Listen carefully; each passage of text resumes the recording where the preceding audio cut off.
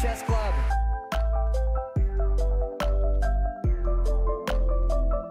We're aiming for a controversial 7 out of 10.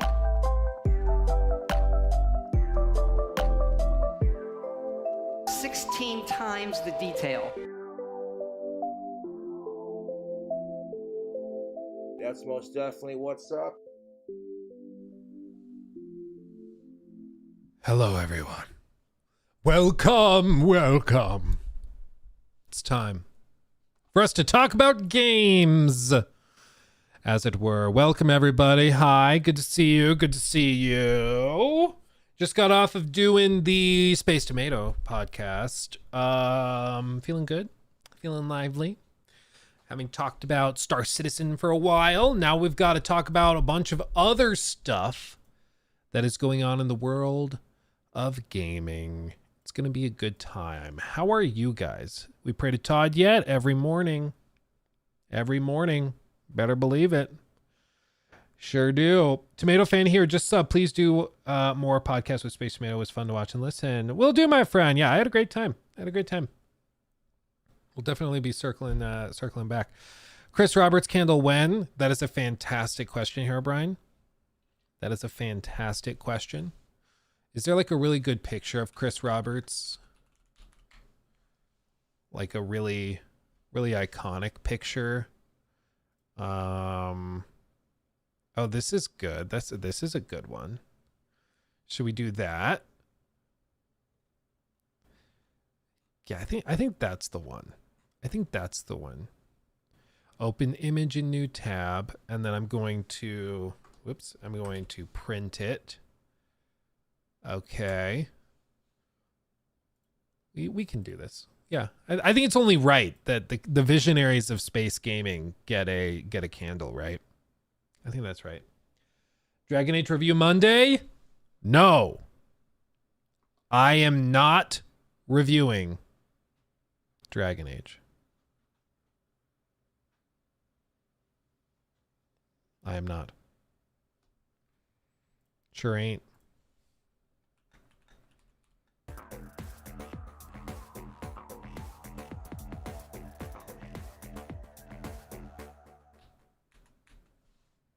Sure ain't.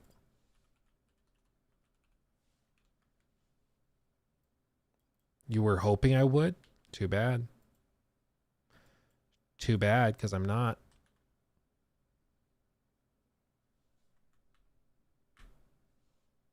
Yeah. Sure ain't. I know there's some big guys, like big groups reviewing it, but what I've heard from everybody is that codes are super tight. So like there's one country in Europe, I know that only like 3 or 4 codes went out to the entire country.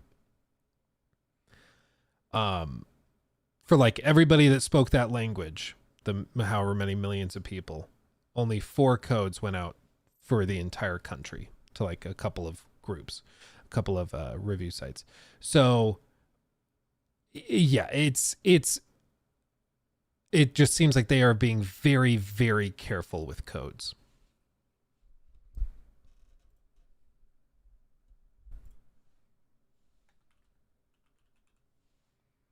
Is this too cryptic? I feel like it's very clear. I am not reviewing Dragon Age the Veilguard at launch. Is that too cryptic? I don't want people to be like waiting for a review that never comes. You know? I think the ... dots really sell it, right? We do a little trolling, you know, just a tad. Yeah. Every comment will be why though. I can do a follow-up. It seems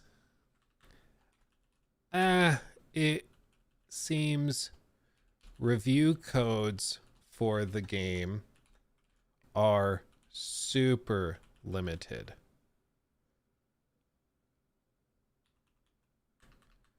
For whatever reason.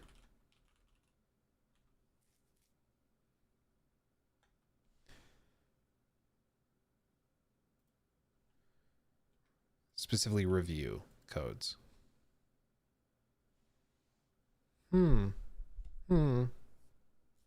Let your wife write up your review. She was actually like straight up worried about this because she was worried that I'd be playing the game and then I wouldn't be able to like talk about it, or I would want to talk about it or something, but she wouldn't want spoilers or whatever. So she was really stressed about me reviewing the game, and then we got confirmation that nope, review codes are so limited. Do you guys know, does anybody in chat know of other people that have said they've gotten review codes? The only people I've seen are like the Windows Central, I think The Verge, Forbes. I think it was Paul Tassi said. So like I've only seen big like organizations.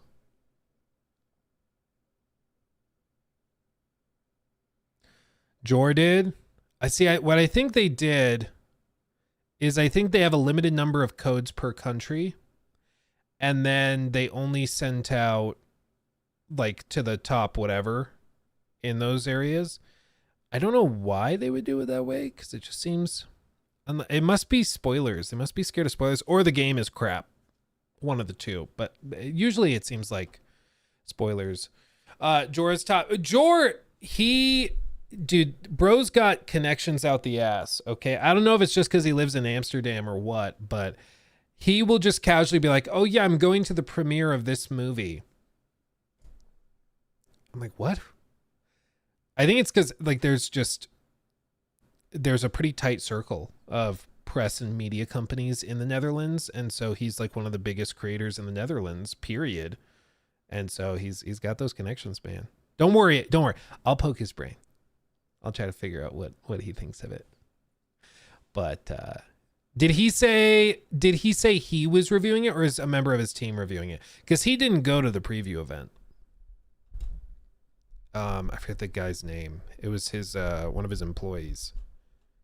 Now I feel bad. I can't remember his name for the life of me. I met him. Super nice guy. I cannot remember his name. Jar. his coworker's name is Jar. That's funny. Yeah, that's funny. Everybody on his team is a different variation of Jor or Jar or Jim or Jibble or whatever. Oh man. Oh man.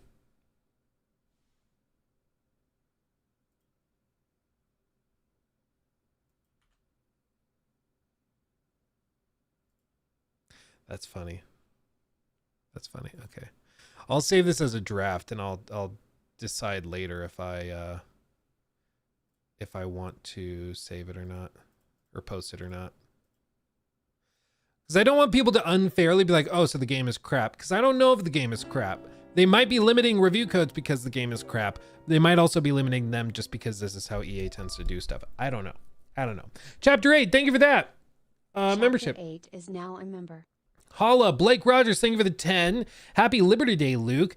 Do you miss the midnight release events for games? Actman just put out a video of it with some really crazy footage of those events. Yeah, I mean, it's also from the age of gaming when like every game was like a huge surprise, and you know, there was just an era of gaming where E3 would always have something crazy and your mind was constantly being blown. And unfortunately now it's just feels like by the time every game comes out, everybody knows everything about it. You know, there's almost too much media and press with it. So I miss that. I miss that for real. But what are you gonna do? I haven't seen the Actman video though. Sounds like it could be fun if he's got old like legacy footage of those events. Quite black-pilled, thank you for the 10, says, got a cool idea, reboot Oregon Trail, but in Red Dead Redemption style, but treat it like a roguelike. 10 to 20 hours to finish the journey and make it brutally difficult. Every new run is a different family and story. Ooh. That does sound fun. Surely somebody's done that. Is that a thing? That's gotta be a thing, right? Not even like full Red Dead 2 style, but just like maybe sprite based or something. God of War, but it's crazy golf. That could work. It's golf with your friends, but Kratos. Bull. I don't know, man. Play Dragon Age or Monster Hunter Wilds open beta? Easy answer. Well, now. Sure is.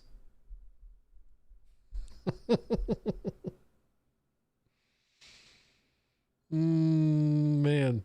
Future idea for a game. Yeah. Dysentery Trail. Yeah, you could do that. You could do that. It could be like a meme or a like parody of Oregon Trail.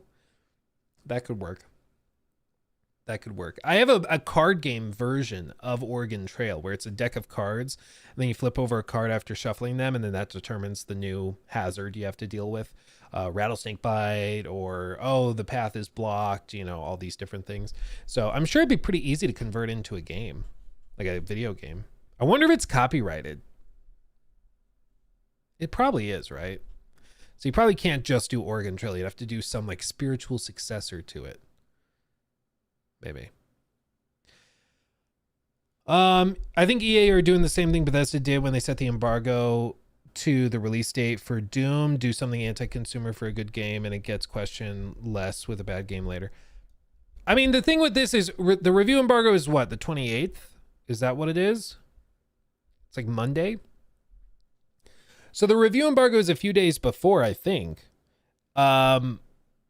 It just seems like they don't have many codes. And in my experience, the review embargoes are determined based on, or rather the number of codes they get are based on the marketing exec team because they don't want to send out too many. And I guess they just decided to send out fewer. It's weird. It's weird. Thoughts on the Fallout Day event? Yeah, I thought it was silly and stupid. I think the ghouls are going to be broken as hell when they launch. I don't know why anybody is going to play with any other. Like, why wouldn't you not just become a ghoul? Roleplay? I'm sorry, Fallout 76 isn't super roleplay heavy. I think everybody's going to be playing as ghouls, which maybe is the point, but it's not really like a new playable race. It's just the new thing you do. Because I'm not a ghoul. Good point. You know, touche. Got me there.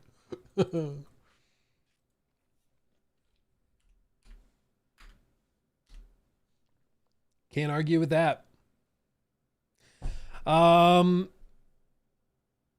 have I seen your keys? They fell in between your couch cushions, like the back ones. Like between. Okay. Okay. Let's see. We got that. Okay. OMG, thanks, man. Yeah, I got you, bro. I got you.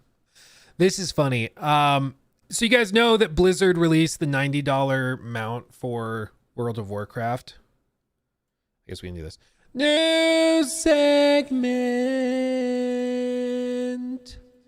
for the masses to talk about stuff like $90 skins in WoW. WoW stays true to form by dropping a $90 dinosaur mount during an already controversial balance patch. And of course, there's tons of them. Yeah, this is the thing with all of this stuff. Like, everybody complains about a $90 skin, right? Everybody would complain about that. That's all insane. $90 skin in a game you're already paying every month to play. It's ridiculous. But guess what? Everybody still buys it. In the cities in the game, there's hordes of them. There's like whole herds. Like everybody that you see here paid $90 for the skin or for the mount or whatever. And like people are complaining about it. Rightly so, I would say, because that's insane. But people still buy it. Asmon Gold bought 500 of them. It's part of his redemption arc. Oh man, it's just like it's the age-old problem with these things with like battle passes, with paid cosmetics, with pay to win stuff. Everybody complains about it. Not everybody, okay, like demonstrably, not everybody. But people complain about it, and yet thousands upon thousands upon thousands of people still buy it. At the end of the day, your wallet is what determines this stuff. If you buy it, or if enough people buy it, they'll still do it. Because, yeah, they'll get flamed on social media, but what do they care? Like, what do they care if people are still buying it? Blizzard may have just hit the jackpot. As far as the eye can see. Imagine not playing the game for 18 years and logging in today to just see it's a bunch of players wearing tier 2 and riding Brontos as far as the eye can see. That would be funny. I laughed when I saw the regular Bruto on the side of the screen just minding his own business. just chilling. Just chilling. It's like maybe I'm the boomer here. Okay, let's remove ourselves. Look at it afterwards.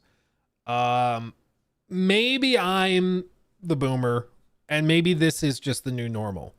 Maybe being anti $90 skins is the old boomer thing to do. On the one hand, like, I guess it's not even a skin, it's a mount, so it's a little bit different even than that. But maybe this is just considered like totally chill now because so many people are buying it. Same thing with like Call of Duty. People pay 30, 40 bucks for blueprint kits and for packs and stuff. It seems so insane to me, but people do it all of the time. Am I just... Schwandera is now a member. Wow. Thank you, Sean. Almost 2 years, man. Look how far the channel has progressed. It is a little insane. I'm blown away that we've been doing the live channel for 2 years. It feels like it's been 6 months, but yeah. And thank you, Sean. You've been here, an OG. Thank you, my friend. Silver Lightning thing for the 5. What is a good way to do skins in your opinion? Earning money for indie devs can be tempting. I mean, apparently doing $90 versions is fine. That seems to work pretty well. That seems to do okay. Sean, thank you. 5 gifted memberships to the community. Thank you. Welcome everybody who just got a membership. Check the chat. You might have gotten one.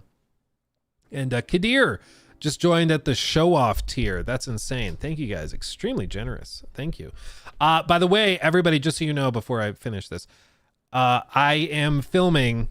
I say am because I got halfway through it, then I had to stop because I had to go take care of the boys. My children, not like my friends. But I am filming the video, the exclusive Patreon member supporter video of the month, which is an I tried of the new Quiet Place game. It's pretty spoopy. It's pretty spoopy. So yeah, we're doing that. So if you are a member, you will get access to that video. It's a good one. It's a good one. So buckle up for that. That should be going up soon. You'll see it in your feed if you're a member. I have no doubt. So you won't be talking in it. I didn't say I was good at the game. I talk the whole time. It doesn't go well. I think you'll like the video. It should be good. Honestly, game. Not half bad. Not half bad. I mean, it's not great, but like for a AA horror game, I've played much worse. I'll tell you what. Okay. Let me finish this, then I'll catch up on all these. And Kadir, again, thank you for the show off tier. That's very generous of you. That's very, very generous. So yeah, as for like a clever way to do skins, I don't know, man. It seems like this is working just fine. People complain about it, but I'm sure they're selling thousands and thousands and thousands of these mounts, and as a result, they're just raking in the money. I mean, how it started, how it's going, yeah, literally. I mean, it's just horse armor, dude. Getting this is considered rich. Like, to a certain extent, it's like a social status thing. Like, if you have this, then you're like, everybody's kind of impressed because it's like, ooh, high roller over here. But I think it's also indicative of the demographic. A lot of people that play WoW are like older, young adult or mid-age adult males. They've been playing for a long time. They have a lot of expendable income. And so $90 on a skin for a game they play constantly isn't considered that crazy. And perhaps that's the biggest takeaway for these companies is if you have an older demo that's playing your game, you can get away with charging a lot more. Star Citizen, I just did this Space Tomato podcast earlier this morning. That game, they're selling multi-$100 ships, and people are buying them in droves. Like it works very well for them, and I think it's because they have a similar demo. But it's wild to see it in action. To see so many people. Is this just all the subreddit is? It's just waves and waves of. Yeah, when people say they're unsubbing to WoW because of the new mount, yeah, literally, you've just lost yourself a customer. Sorry, what? You've lost yourself a customer. Yeah, that's basically what this is. They don't. I just don't think they. I just don't think they care that much. People buy it, and this is where like maybe we need to remove ourselves from our bubbles, because. Like, I look at this and I'm like, that seems crazy. Clearly, a lot of people are buying it. So there's people that are very vocally opposed to it, but there's also a lot of people that not just are okay with it, are willing to spend a lot of money on it. Same thing with Call of Duty skins, same thing with Fortnite skins. Like, there's a reason those games make billions of dollars. And this is why I've told people, like, anybody who doesn't understand how GTA is so big, like there are a lot of people out there that are totally okay if they have like the one game they play, they're totally okay with spending a lot of money in it. GTA, people spend so much money on shark cards, it's ridiculous. Call of Duty, people spend so much money on skins, on operative, whatever packs, like weapon packs. They spend so much money because it's the one game they play. So they kind of get into this mental state, and I think we're all guilty of it, where they're like, ooh, this is free to play. So I can mentally justify spending $20 on this pack of cosmetics because maybe it's Valorant. I got this game for free. I play it a lot. It's really well done. So I'm going to support the devs by buying this $20 skin for my weapon. I think in Valorant it's like 40 or 50 or whatever, but it's a lot. And so they say that to themselves. And then a month or two goes by and they say, well, it is free to play and this new skin looks really good. So I'm going to support them by buying this skin. And they just spent $100 total. They spent way more than they would have if they just paid for the game up front. But mentally, it feels better because it's framed differently. And I think that's how a lot of these companies can get away with this, is that it feels like, it feels better, you know. Red Dead Redemption 2 is 60. This mount is 90. Yeah. Yeah.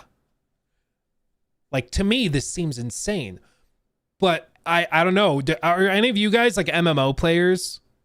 Because I think it's a different crowd. I think most of the people in here are probably like a lot of single player gamers and stuff. MMO players, I think, are a different beast in the modern day. And I think the tolerance for this stuff is maybe higher. Because to me, a $90 mount seems so crazy. I am baffled that people are buying it. This is why we have a $90 mount. Microsoft CEO's pay raise 63% to $73 million. Yeah, we'll talk about this article here in a few minutes. Yeah, we got to talk about that. I'd purchase it. I'd do it again. Man, Botter's trying to refund Brutus after ban wave. Oh, what? There's been a ban wave? Oh. So if you get banned, you can't return stuff anymore. That's funny. That's good. That's a good way to do it, honestly. That's a good way to do it. So you can't make fake accounts and then do like exploits and stuff and then try to get refunds and everything, because it's like, no, screw you. Shot down, man. MMO players typically only play their favorite MMO with their clans and friends. I've been an MMO player since Star Wars Galaxies. I've never bought a single thing other than a 7 DLCs. To be fair, I spent $100 on a wooden elephant statue the other day. A skin is the same thing to look at category, I guess. Yeah, and like this is where like I have to not be a total like hypocrite. I play Warhammer, okay? I play a lot of Warhammer. Like, is my third camera working? No, it's not. Love that. Love that for us. There it is. Like I play, you can see how much I'm slouching in my chair. I play a lot of Warhammer. You see all the Warhammer back there? I also have the Lego Harry Potter Gringotts Castle. I play a lot of Warhammer, okay? A lot. Stuff is stupid expensive. It's bad. It's really bad. I'm asking for help right now. But like, who am I to judge somebody for spending that much money on a skin when like when I've spent a lot of money on that stuff? You know? Like I've got the Lego Pyramid of Giza. I've got collector's edition statues behind me. I have a Lego Titanic. And that stuff is really only good for looking at. So who am I to judge somebody spending $90 on a skin that they're gonna, or a mount that they're gonna look at in the game? Don't ask how much this is. I didn't pay for this. They sent this to me, but dear God Almighty, if somebody thought I bought that, they'd be like, you can never, ever say anything. Yeah, your candle obsession. True. All of those are candles. All of those. I literally burn my money. I can't help it. Oh, I almost forgot.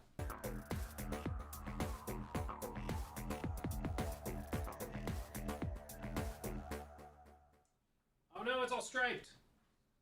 I think my printer's ink is dying, but we have Chris Roberts and I was going to wrap him around a candle. So anyway, while I do this, you can't stroke the skin. You can stroke the 40K minis.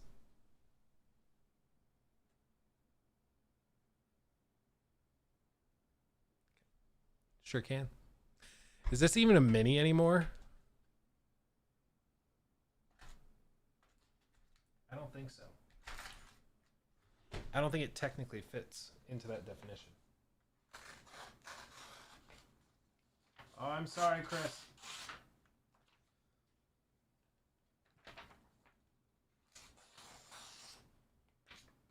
Okay.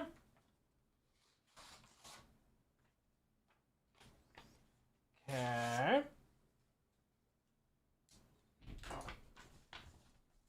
Oh yeah. Oh yeah, that's good. That's good. I knew I was keeping this electrical tape for some reason, right? I knew.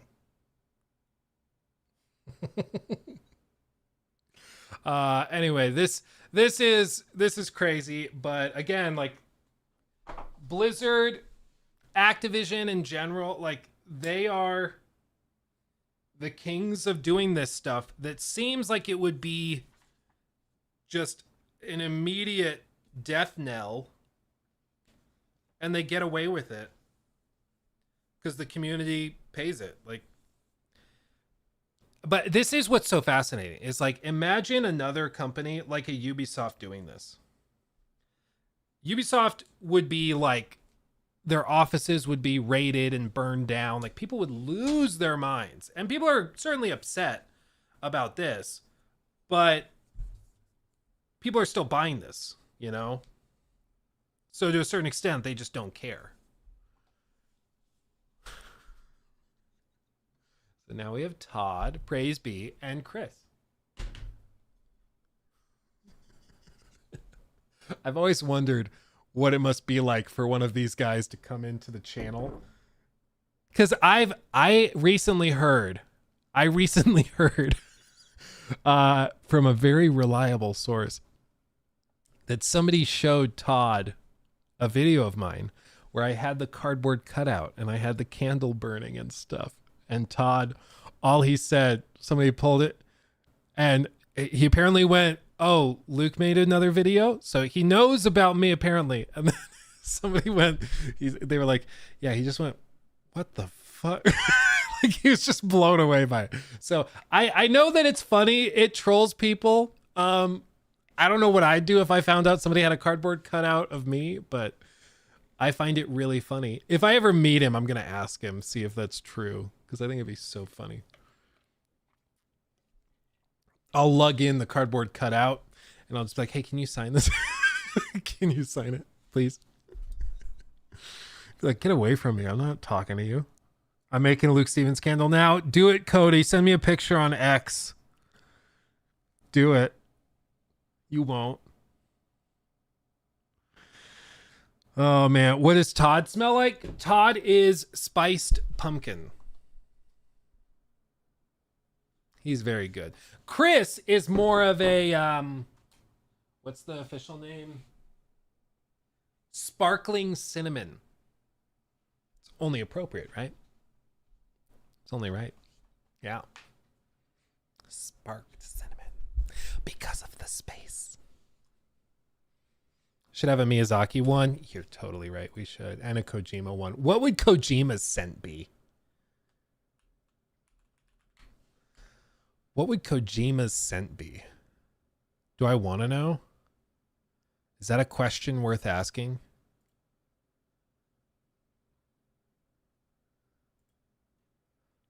Oh, there's a lot of good options. There's a lot of good options in here.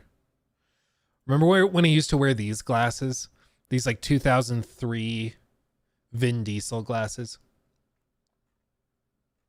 Those were the days. Then he moved to Moscot. Those are good glasses too. My head's too fat. I can't wear them. It's my cross to bear. Where's one where he... See, I like this one. I don't like the weird gradient they did on it. Oh, this is good. This is it. This is it. Apple cider bourbon.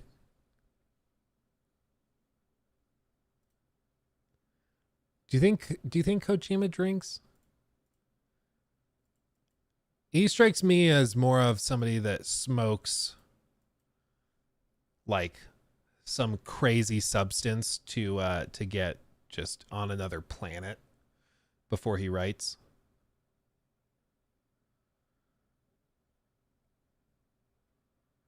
Like a type of tree. Ooh, do I have a tree? I have holiday zest. That could be a good one for him. He seems zesty, does he not? Seems a little zesty. Coffee and whiskey. Oh, man. Cherry blossom. I don't think I have a cherry blossom scent.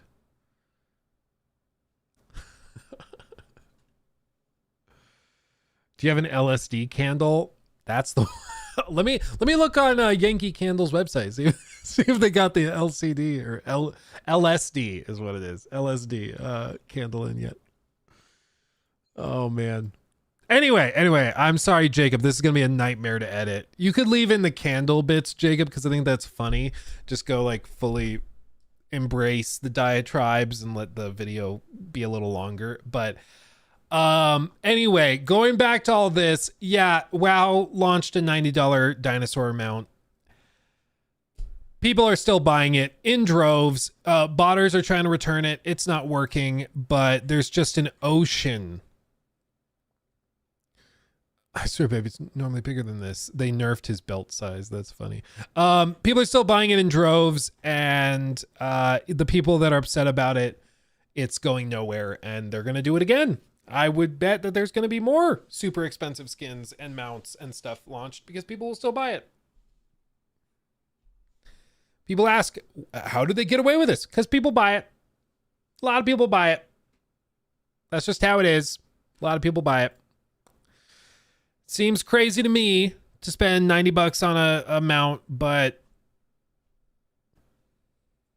you know, at the same time, I have a candle addiction and a Lego addiction. So who am I to judge? I'm not the best messenger on this point, but a lot of people are buying it. Doesn't make sense to me, but people are doing it. I can get 10 games out of that. Yeah, this is why like it's such a different thing, but it's also like people that buy like and drive fancy cars or like use really nice golf clubs or something. Like once you're in that group, you're just frankly in a different bubble than the people over here that are like, why on earth would you spend $600 on a golf club or something? I haven't really been shopping for golf clubs. I've only ever bought like the all-in-one kit. That's like the cheapest bundle, whatever. But like I've heard there are some golf clubs that are stupid expensive. And I think once you're at that point where you're willing to spend that amount of money on something in your hobby, you're just in a different bubble. Like, you've justified it. You don't care what anybody says. You're going to do your own thing. You know, one good golf club, like a driver, is something like $500 or more. Yeah. Warhammer. Yeah. Aren't putters like crazy expensive? My brother, Tim, I'm going to let the secret out. Bro has like 12 different putters. He changes which one he uses, like, based on his mood. It's like, today I feel like this one. Like, who are you? That's insane. Oh, man. Yeah, 53 nights. Thank you for the $5. $90 for a mount. What's next? Thousands for a spaceship in a game?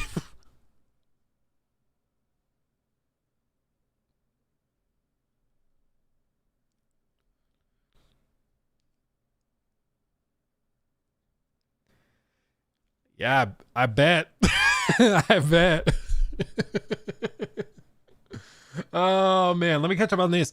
Norris Peak, thank you for the 10. As a Star Citizen backer since 2012, thank you for taking the time to reach out and see what's behind the curtain, and to get clarification and info. If only more were willing to do that. Oh, dude, I love the game, and I'm always willing to chat with people about it. It just seems like most of the time people have made up their minds and don't want to settle. Like, if somebody that was a diehard Suicide Squad defender reached out and I thought that they would talk in good faith, I'd love to talk to them. I'd love to pick their brains. Wouldn't that be such a funny and fascinating video? But of the 15 people that fit into that category, I don't know anybody, that would be willing to do that. So, yeah. So, what am I going to do? Mark, thank you for the 5. Have you seen Tim Kaine, the creator of Fallout's YouTube channel? Lots of cool stories from his game dev career. He's now at Obsidian working on a TBA game. I think I have seen his videos pop up every once in a while. Was he the one that was really upset with the TV show? Was that him or was that somebody else? I feel like there was one of those guys, one of those like OGs that was really upset with how they did it. Or am I just making it up? Was that somebody else?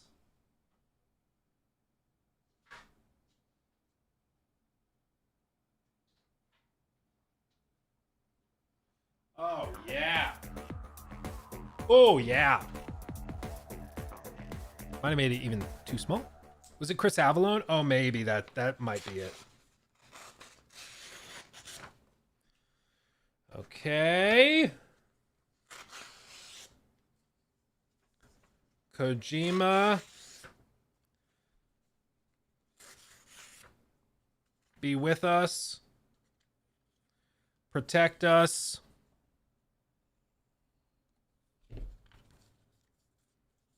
Okay. Don't hurt yourself. Don't tell me what to do. Tim liked it. Okay, I'm thinking of somebody else then. I'm thinking of somebody else. Okay.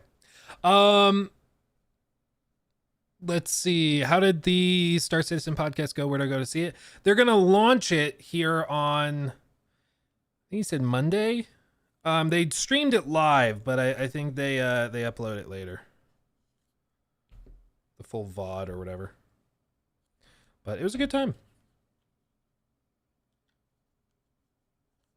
There were some salty boys in there, but I mean, there always are. There's some people in that community that just cannot, like, they don't like the pricing being discussed. And I would guess it's because they're in a little too deep, and so they feel attacked when you bring it up.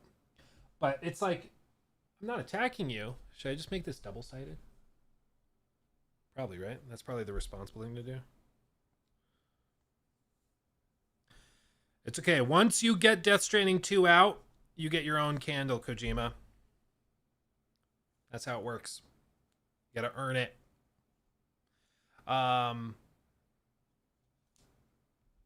Anyway. Where was I? I gotta catch up on these. I'll circle back to you guys just a second.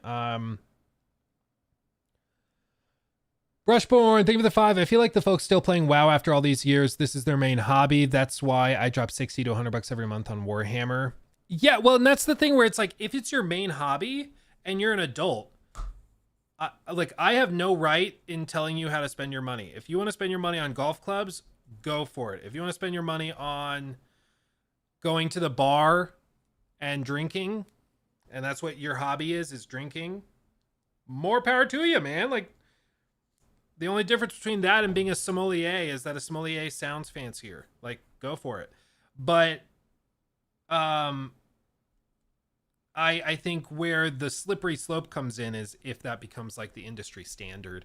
And especially a lot of companies will find ways to start trying to push gamers into that realm, trying to push them to spend money in that way. And that's where, like, you see with some games that Ubisoft has made where there's like a major grind in the last third, and there happens to be an XP boost if you want to skip the grind. And it's like, you knew what you were doing. You knew what you were doing. Like, we all knew. What else were we going to do? There was something else. There's Kojima. Oh, and Miyazaki.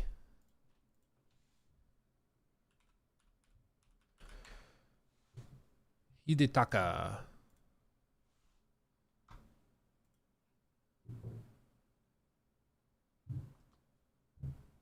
I mean, we have to do that one, right? I've never seen that photo of him before. That's so funny. That's so funny. Anyway, that's good. That's good. Yeah, but as for it being their main hobby, yeah, a lot of people, their main hobby might be Warhammer, it might be golf, it might be like, if your main hobby is golf, you're spending $30 to $50 to go play every weekend, assuming you're going once. You probably spend thousands on your clubs. The guys that are really into it buy like Titleist Pro V1 golf balls, and those things are like $4 a pop. Like, this golf ball is like $3.50, $4, brand new. Notice how I use it to massage my feet and to play with. Money well spent, right? Instead of whacking this straight into a lake. Like, golf is so stupid expensive. It's insane.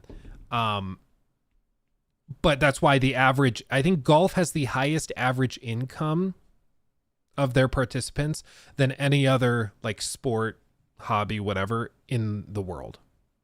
Yeah, it's a rich man sport. Yeah, it's the assumption is if you're really into golf, you're probably a millionaire, right? That's what everybody kind of guesses.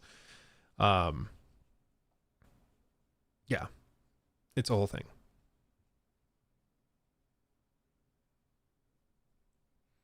I buy the orange balls at Walmart. You want to hear the funniest thing? This is going to make me sound so bougie. Me and my brother, Tim, we like golfing. I went to play golf with Tim as part of like a demo program where you can go and try out a course. So we went and tried out a course at the country club. Country Club's like, this is not the Denver Country Club. Denver Country Club is like $250,000 to join. It's insane. But this is like a smaller one.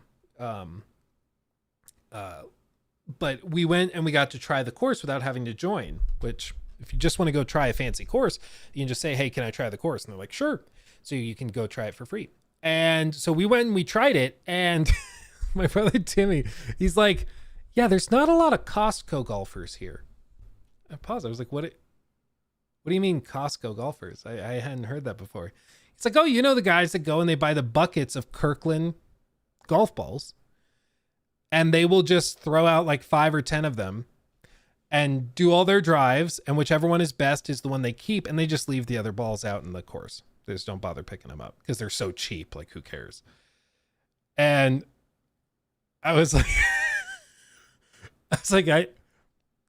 I hadn't really thought of that, but come to think of it, yeah, there's one golf course in a city near where I live, and in the city where he lives, and we go play there every once in a while. It's kind of like the most accessible, like casual, friendly course, right? And there's a lot of Costco golfers that go there, and they just come out and they swing for the fences, and they lose way more balls than they keep. And so you'll go into like the thicker reeds, and there's just hundreds of Kirkland brand golf balls everywhere. You know, it's Walmart golf balls and everything, and it's really, really funny. It's really, really funny. So yeah, at the country club, he admired that there were not many or any Costco golfers. They were all very old people, very, very old people, and they all played with like the really nice balls and stuff. So you could go, realistically, you could go to the country club and go collect not Kirkland. You could go collect like Titleist Pro V1s from the thick brush or whatever, and you could leave having made money after playing golf if you got in for free, because the golf balls are so valuable. It's ridiculous. It's ridiculous.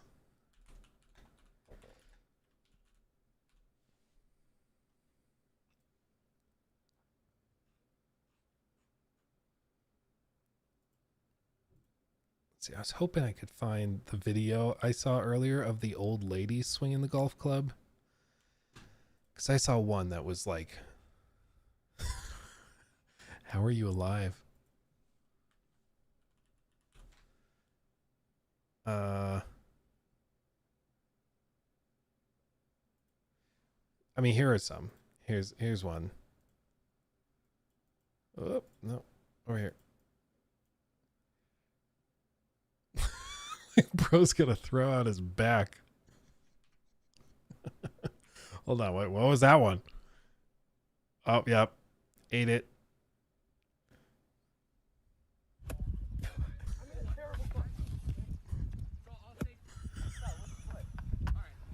Looks like there's mortar fire coming in.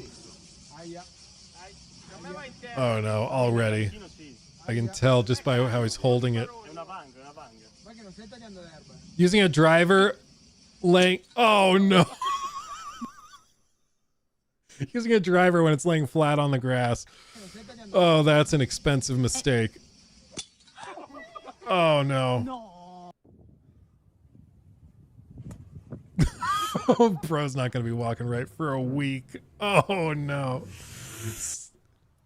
I thought he was in his underwear for a second. He might be. Oh, he literally is. His pants are around his ankles. I was like, he is in his underwear. Those are not golf shorts. Oh, mister. Mister. Don't these just give you life?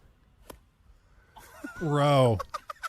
Those big strips of grass, they call those beaver tails. Because when you strip the grass like that, it's just a huge long strip. Looks like a beaver tail. Like, nice beaver tail, dude. Oh, man. But anyway, that was fun. Golf was fun. But the point is, that's a very expensive hobby. And if you're going to play that and enjoy golf, I can't really judge you. But also, at the same time, like, can I really judge you if you're spending $20 on a skin or whatever? Like, it seems ridiculous to me, but if that's where you get your joy in your hobby, like, who am I to judge there? Okay. Jump scare. Gonna get you? No? Okay. Yeah, Jacob's gonna have a migraine trying to cut this together. Ah, got you guys. Haha. Got you. Okay. Let's shift gears and actually focus. Let me catch up on the rest of these and then I'll do this. Banana, thank you for that. My grandma played WoW and loved it. That is super wholesome and I love it. Does she still play? We should create a clan and play with her. MMORPGL, have you, thank you for the 5. Have you thought about making a members only video to chat about your thoughts about Metaphor ReFantazio? That's a good idea. I would be totally down to do that because I would love to talk about the game. It's just any video on it is gonna tank. So yeah, I'd be totally down to do that. Let's see. No, she passed, unfortunately. Oh, I'm sorry, my friend. I'm sorry. But now, I'm sure going back to WoW is always like, it's a fun memory. It's a fun thing to go back to and just be like, oh yeah, that was where she hung out. You know, I'm sure that's a cool thing to share. All I have to share with my grandmother who passed away was her aggressive addiction to cigarettes and lighter collection. So there's that. My grandpa didn't remember my name. Not because of old age. He just never cared to learn because there were too many of us grandchildren. So he just didn't bother learning our names. So hopefully you have a better, hopefully you have better memories. I guess that's what I'm saying. Sorry to bum everybody out. Anyway, my grandmother just turned 99 last week. Oh, that's fantastic. Yeah, that's great. I'd be like that. Yeah. Okay, let me see what else we got. Are there any fantasy games with destruction physics? I wonder why devs won't make games using those anymore. I think it's really computationally intensive, and games nowadays are really CPU bottlenecked as is. So I think that it's just a sacrifice they make. They just decided not to pursue it. It's too bad. It's stupid because I love destruction and like physics sim in games, but like I would rather have better cloth physics than better ray tracing. I don't care that much about ray tracing. Give me better cloth physics and I will be happy. That's all I need. Yeah. Yeah. A lighter collection or just a bunch of lighters? She had a collection of lighters. Like throughout her life, she bought tons of different lighters. And she had one, I've told the story before, but she had one that would electrocute you when you held it and like tried to open it. And she only ever wanted to hand it off to the kids. So I remember being like 5 or 6 years old, meeting her in her house. And then she like gave me this lighter to look at. And it was really shiny and pretty and cute. And she's like, yeah, and open it. And I opened it. And then it shocked my hand. And it doesn't feel good to get shocked. Like this is like a 1960s, 70s gag lighter. It was not probably safe shocking like the toned down stuff they might have today. Like this hurt. It was like a little taser. And she did it to me, and now I think back to that and I was like, I'm not sure if that was okay. I think that probably was not okay. You know, I remember being so confused, like, why would grandma hurt me? It was very sad, but I remember thinking that, just being really weird. Yeah, childhood trauma unlocked. Yep. Let's see. Samaya, think of that. Just finished Grand Cathedral and Metaphor. The OST in Academia and Ambush Battle OST are so good. Atlas never misses. Yeah, they do a really good job, and they also pace it really well. The game will continue as you go through the next like 20 hours. They'll introduce some more people and some new things, and they do a really good job of pacing it. My one piece of advice, I think you mentioned, Samaya, you were going through on hard. I think it balances way better at hard. If you try to go through on normal, you'll get to these events where it's like you have 17 days to do this dungeon. You can get through it in like 4. And then you're just doing side quests that also take you another 4 or 5 days. So you just go and you're grinding out wisdom and courage and stuff. And so you can get through it pretty quickly, frankly. So I would recommend playing on hard if you're going to do it.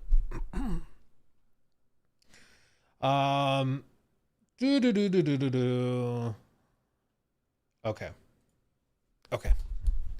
Let me grab this and we'll do the next one.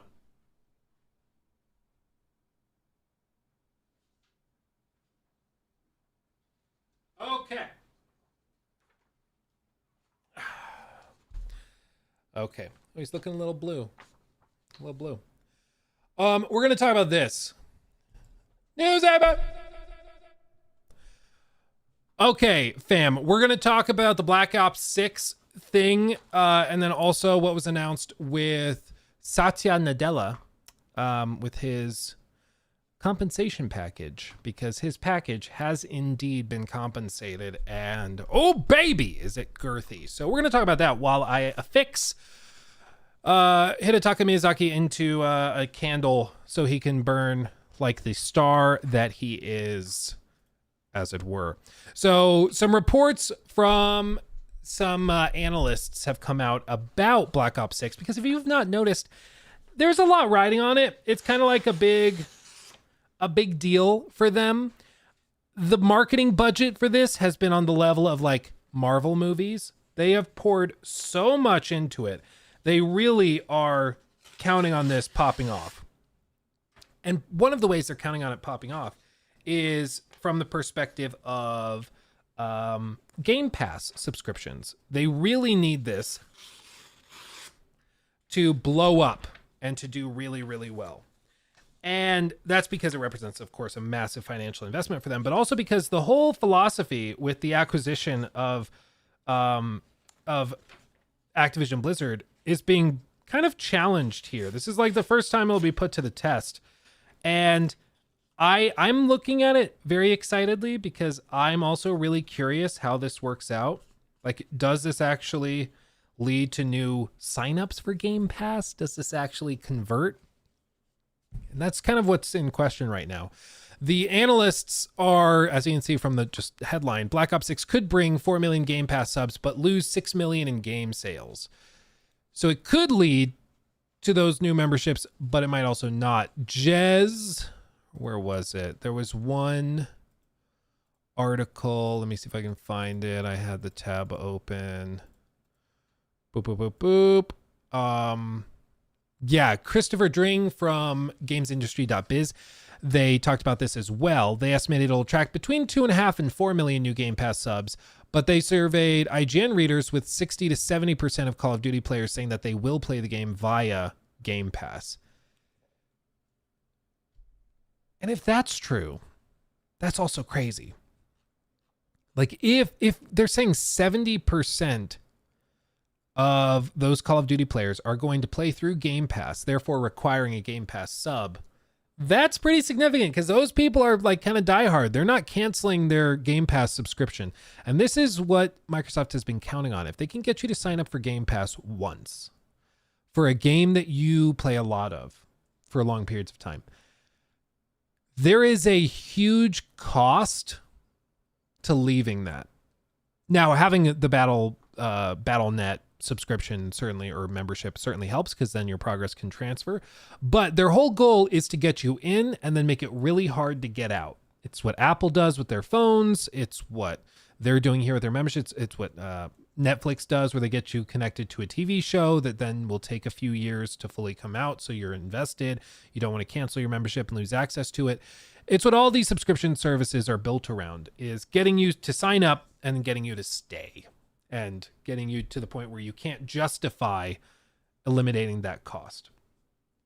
And you see it with like Spotify as well, where your whole music library is there. You could, if you have YouTube Premium, you could back out and go to YouTube Music, but all of your playlists are on Spotify. All of your albums that you like are on there. And to rebuild, that's going to be so annoying. You know, that little bit of friction, that little bit of resistance is what keeps you. Another similar thing is like for our videos, our production platform is Adobe based. It's all Premiere, Photoshop, After Effects, all that. For us to move to a software which frankly works better, like Sony Vegas or what's the Black Magic one? The not Avermedia. What the hell is it? The other one that's super popular. To move to those, DaVinci. Thank you, DaVinci Resolve.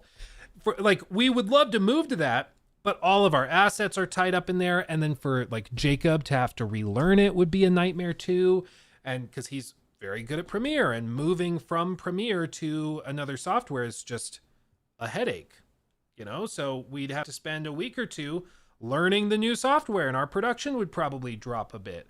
And so there's all these points of friction that keep us locked in to where we are. And that's what they want. That's what they love. And the question is whether they can convert that in the same way. Oh God, Miyazaki smells good. The question is whether they can convert that in Game Pass and keep players stuck there. As you can see here, one of the key questions is how this might impact how the game is monetized, and whether there's a bigger onus on in-game monetization compared to previous entries in the franchise. In terms of audience expansion, Xbox and PC are likely to be key growth platforms. Cloud support at launch offers some potential, but I think the Call of Duty streaming opportunity aligns most strongly with playing on TV screens and PC monitors rather than on mobile devices, where Call of Duty Mobile and Warzone are already popular. Absolutely. The problem with Call of Duty specifically through cloud streaming, like xCloud, is latency. That's still a big issue. Like, that's still a huge issue. Even in third-person adventure games. For a first-person shooter, you're telling me that you are going to do that through cloud streaming, through xCloud? Like, I'm sorry. I just don't see it. There's no way in hell I'm going to choose to play a first-person shooter through the cloud. Like, I would rather play on a Series S at lower quality at 30 frames than play at 60 with the latency that xCloud has. That's just, maybe that's just me, but it's a big enough deal that I just don't see doing that. There. Now he can watch over us. So, anyway, they continue on.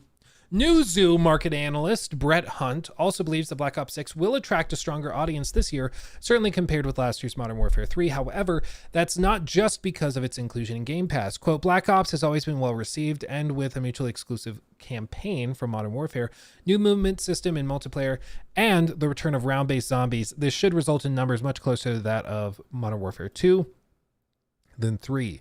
This is the most Call of Duty has been reinvigorated in recent years, and the numbers will likely reflect this. That's the vibe I'm getting too. I'm not like super in tune with the Call of Duty world, but it does seem like there's a lot more energy there than there was last year, for example. This is crazy. Newzoo says Modern Warfare 2 attracted 21.7 million monthly active users in the US, not globally. In just the US. Almost 22 million. That's insane.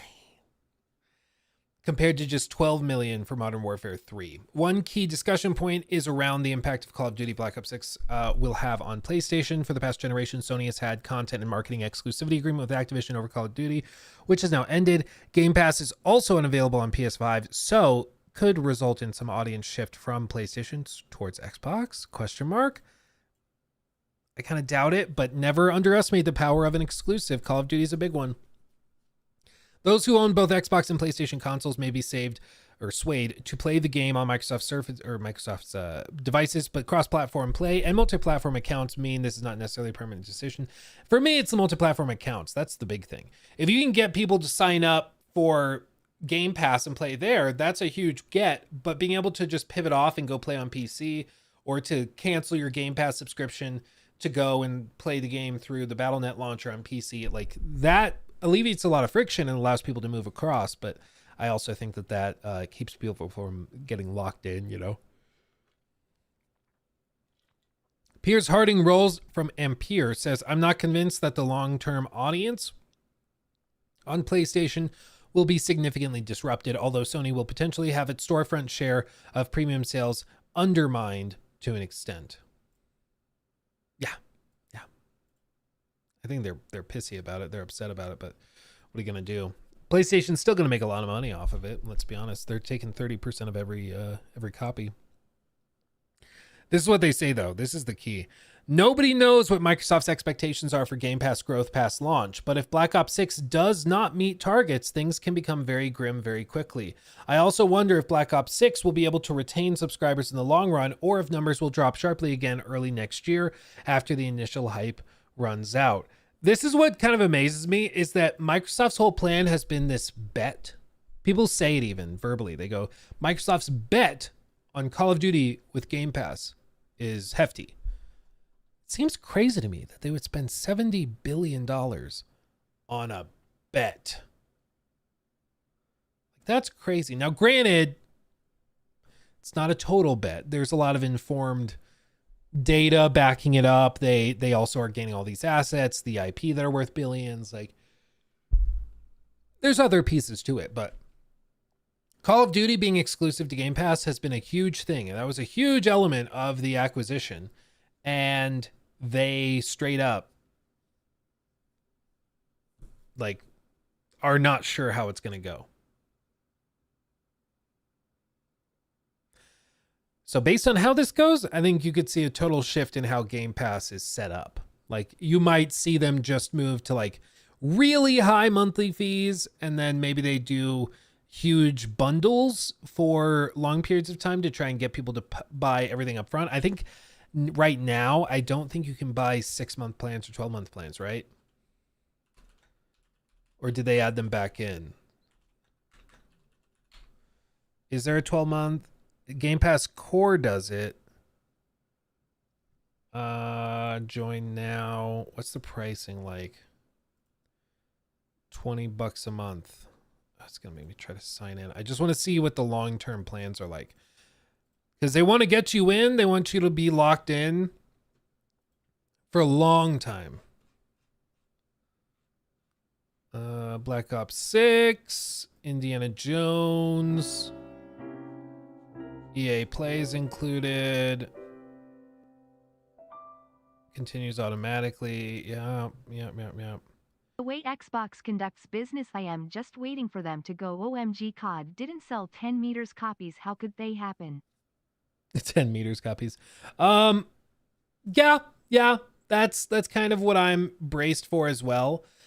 It seems like whatever their internal metrics are, they are regularly disappointed. And I don't know, 4 million new signups to Game Pass seems crazy to me, but it might honestly be that there's just that many people out there that are playing Call of Duty that are like, yeah, I can save money now. And a lot of them are like, hey, I'm going to save money now by only paying $20 or $15 or whatever for that membership, but I'm going to cancel it in a few months. Xbox is banking on you forgetting or not canceling, and the gamers are budgeting based on that. I don't know, man. I don't know if it'll work out.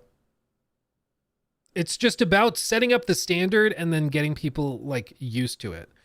Because if they can get to the point where people are just used to playing Call of Duty through Game Pass, then they win. Then they're like locked in. But I think so many people are used to just paying $70 for the game up front or $60 for the game up front. I can't, to me, it seems amazing that there would be 4 million people that would go to a subscription service instead. But that's just me. I mean, maybe there's a lot of people where they do find that compelling. I'm not sure. Game Pass is the best $10 I've ever spent. Yeah, it's a phenomenal value, but we're looking at this from the perspective of the Call of Duty players who primarily play that one game year round. And for them, like, they will spend more money playing it through Game Pass than they would if they just bought it up front. So the hardcore COD fans are not served well with Game Pass. They are served much better with something else, like with just buying it up front and then buying whatever microtransactions they want to on the side. But we'll see. They've got a lot riding on it, and they're watching it very closely, I'm sure. I'm excited to see how it goes. I really just don't know. I really don't know. I don't think they know either. It's probably what's stressing them out. But they're marketing the ever-living hell out of it. So time will tell.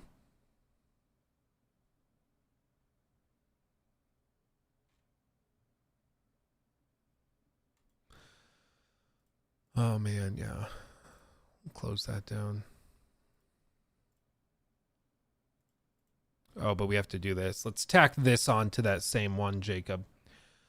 But the other kind of elephant in the room, of course, is whether the executives are happy with this. And Satya Nadella, the CEO of Microsoft, as you can see here, every year he writes a letter to shareholders. Similar to what like Warren Buffett does. He writes a letter to members of Berkshire Hathaway every year. There's actually, I don't think I have it down here, but there's a book of his letters, his essays basically, that he writes every year. And each one is usually a different theme of what's going on in the economy or whatever. And in this case, what Satya does is that he writes a letter describing the state of the company, what they're doing, what they're aiming to improve, this and that. It's always really fascinating, but some key takeaways. AI, of course, dominated the discussion, and he talked about Xbox, LinkedIn, and other growth areas. But beyond this, he only mentioned Windows once in the entire letter. And it was in the context of Copilot and how that works with PCs, which you might not realize. You probably have this on your home screen. That's Copilot. Did you know that was there? No? Exactly. Exactly. Nobody knows what Copilot's for or what it does. Like, it's just there, but I don't know. If they had like the Galaxy AI stuff where there's like, I can press a button and then I can like circle something and search it, but on my computer screen, you know, that could be cool. Or if I could circle something or like just press a tab and be like, can you summarize this article? That'd be really cool. B7 says we use it at work. Oh, that's cool. That's cool. I've never found a use for it. I hope they can find a way to do it. But I've just never found a way to use it. But anyway, so they talked about that. Additionally, Nadella's compensation package hit an astronomical $79.1 million, with the vast majority of it being delivered in Microsoft stock. That's usually how it is with stock incentives and stuff. Partially because, base salary is $2.5 million, stock awards $71.236 million. Non-equity incentive plan compensations $5.2 million cash, so I'm guessing cash. All other compensation $1.7 million, or 170,000. I'm guessing that's reimbursement for like travel or other things that he paid out of pocket for. But all told, bro made the cash. Look at this. Just look at that. Then you can compare the year. So his salary has remained the same. Stock awards. So he made 55 million in 22. He made 48 million last year. So he made, all of 7 million less. And then he's up to close to 80 million all told.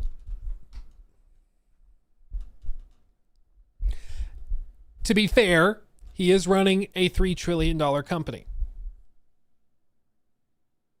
I am not running a $3 trillion company.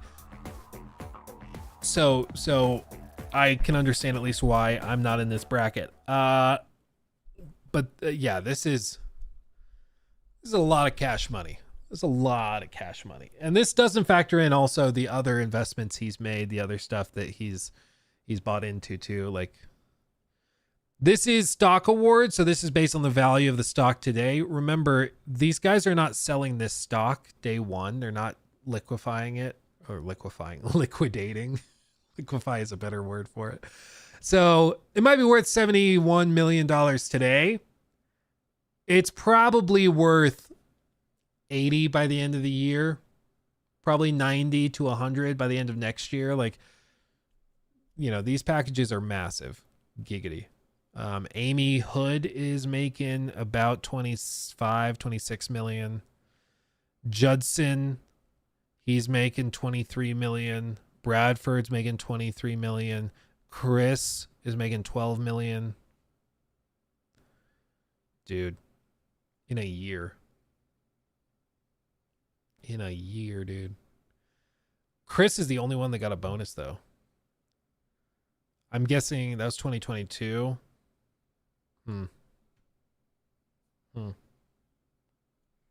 Interesting. Lots of money. And the story around this is also with like, how does this tie into Xbox? How does this tie into the job cuts and layoffs and stuff?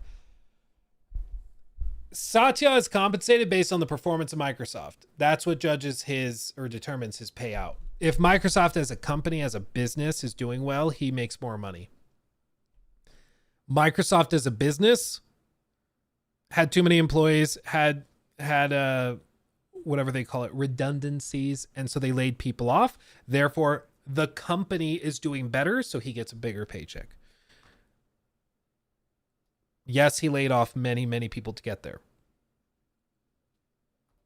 But that's why these executives are compensated this way, because the shareholders, the people that own stocks of Microsoft, they don't really care that much about the individual people. They want to know how the company is doing. So they need him to be compensated based on how the company is doing. And if the company is doing well, even if that means other people were laid off, their goals were achieved, so they're happy, so he gets paid more. And that's why executives are paid out this way instead of predominantly through salaries, is because they want to incentivize the health of the company above and beyond everything else. People might be like, why don't they just pay them that $70 million in cash? Why don't they just issue the $70 million in stocks and then sell those stocks in the open market and then pay Satya out that way? They could, but they do it this way so that he's incentivized to make the stock price go up by making the company healthy. It's just how they do it. It's how they do it. Capitalism, yay. Clearly works for growing Microsoft as a business, absolutely, but it certainly is not a great look when Satya gets a massive payday while he's laying off tons of people. That's kind of like the age-old frustration with corporate America. Is that a lot of extra impressive compensation packages are born out of the misery of individuals, unfortunately. Such an old CEO. I don't actually know how old he is. He is a freaking genius, though. Like, if somebody's bad mouthing him, chances are they are like a no-life person on Twitter who doesn't know what they're talking about. Oh, look! Satya's an idiot. He should get his nose out of Xbox division, and idiot Phil Spencer should be fired. Oh wow, God, that's like straight up racist. Satya Nutella, I'm guessing because he's brown, clearly doesn't know what he is doing, killing off Xbox, gifting games to a competitor that actively seeks to make games skip Xbox in return.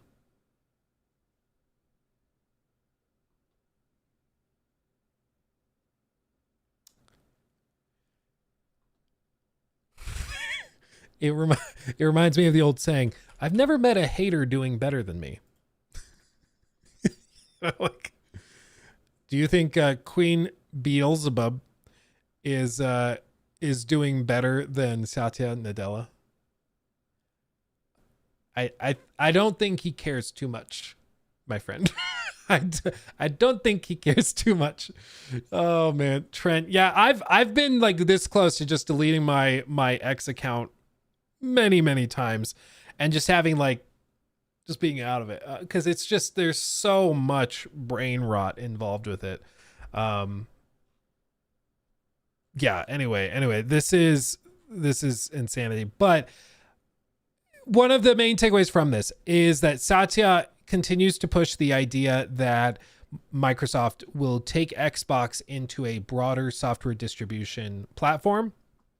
So thankfully, Xbox did get some notes with Nadella spotlighting the fact that the company now has over 20 franchises that have hit over $1 billion in lifetime revenues. The only time Satya Nadella actually mentioned Xbox was in the context of Xbox Cloud Gaming, however, which the firm hopes to open up to buy-to-own games beyond its Xbox Game Pass subscription on Android very soon. If you didn't hear about this, basically what they want to do is have this bring your own games rollout happen where you can buy a game on Xbox but play it through xCloud. So it's not limited to just Game Pass games. So I could buy a game on the Xbox store on my PC, play it natively on the PC, but if I get up and I want to go to I go to the airport or something and I want to just do cloud gaming and stream that game that I bought, I could do it without having to buy the copy again or have a Game Pass subscription or anything else. Or with it not being, I think it would be through Game Pass, but it wouldn't be locked to just games on Game Pass, which is a cool idea. Like if I could buy Metaphor ReFantazio on the Xbox store, play it natively on my PC or ROG Ally, but then if I go somewhere and I want to just play it on my phone, streamed through the cloud, through xCloud, XPlay, whatever, I can do that. That would be awesome. You buy it one time in one place and it distributes to almost all of your devices. I love that. I think that that's awesome. So I don't have to buy the game 3 times or something.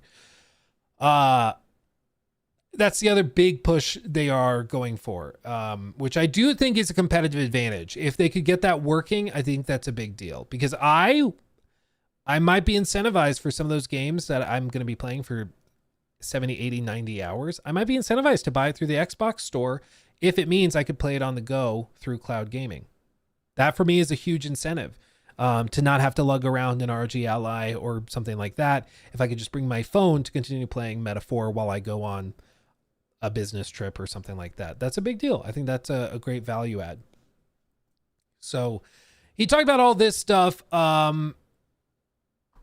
Let's see. Much to the chagrin of current Xbox customers, Satya spotlighted the fact that it has started bringing Xbox titles over to Switch and PlayStation. Quote, as we continue to extend our content to new platforms, he says, he's made no secret of the fact that he dislikes Xbox having exclusive games. So it seems that the multi-platform strategy, quote, Project Latitude will continue, even if it kills Xbox's hardware ecosystem in the process. And this is like the big thing that I need everybody to understand. You guys are smart. I'm sure you get it. Xbox as a direct competitor to PlayStation, not really a thing anymore. Okay. What Microsoft tried to do for the longest time was compete with like Apple, for example, with their own phones. They tried to compete with Apple again with their Surface laptops. They tried to compete with the iPad with Surface mixed with competing with the MacBook Pros and stuff. And notably, they did not mention Surface once in this entire letter. I looked through it. They did not mention the Surface once. And it's because Microsoft has learned that hardware-wise, they're just not very good at it. They're just not. But you know what they are good at? Distributing software. It's what's made them $3 trillion company. They're really, really good at distributing software. Dare I say, the best in the world. So they're not going to handle things the same way. They're like, we cannot win at this game that PlayStation is playing. So we're going to make our own game and win at that. And so what they're doing is they're just going to make all these massive games like Call of Duty and all these other exclusives. And then they're going to launch those, sure, on their hardware, but also everywhere else. And they're going to enjoy that cash money that rolls in. Now, what exactly form this takes is still up in the air. There's reports that after the kind of reaction to Indiana Jones, that they've actually slowed down their plans to port games to PS5. If you guys don't remember, let's see, it was opening night live. Yeah, here. Lose your mind. It's Gamescom. Lose your mind. This up here. They're like final reveal. You remember how awkward this was? Of course, and it's my esteemed. Doesn't that? So they thought when this happened, there would be like uproarious applause. They thought people would be losing their minds, so excited. Watch how the audience reacted to the revelation that Indiana Jones was also coming to PS5. Look great, a world of mystery to explore, but you're probably wondering when the game comes out, right? Well,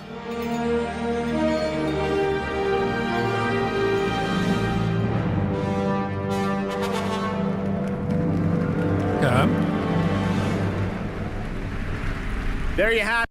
Some people are excited. Now, this was their attempt at the one more thing Steve Jobs used to do all the time that he was so good at, where he'd be like, there's one more thing. And then he announces the iPad out of nowhere, right?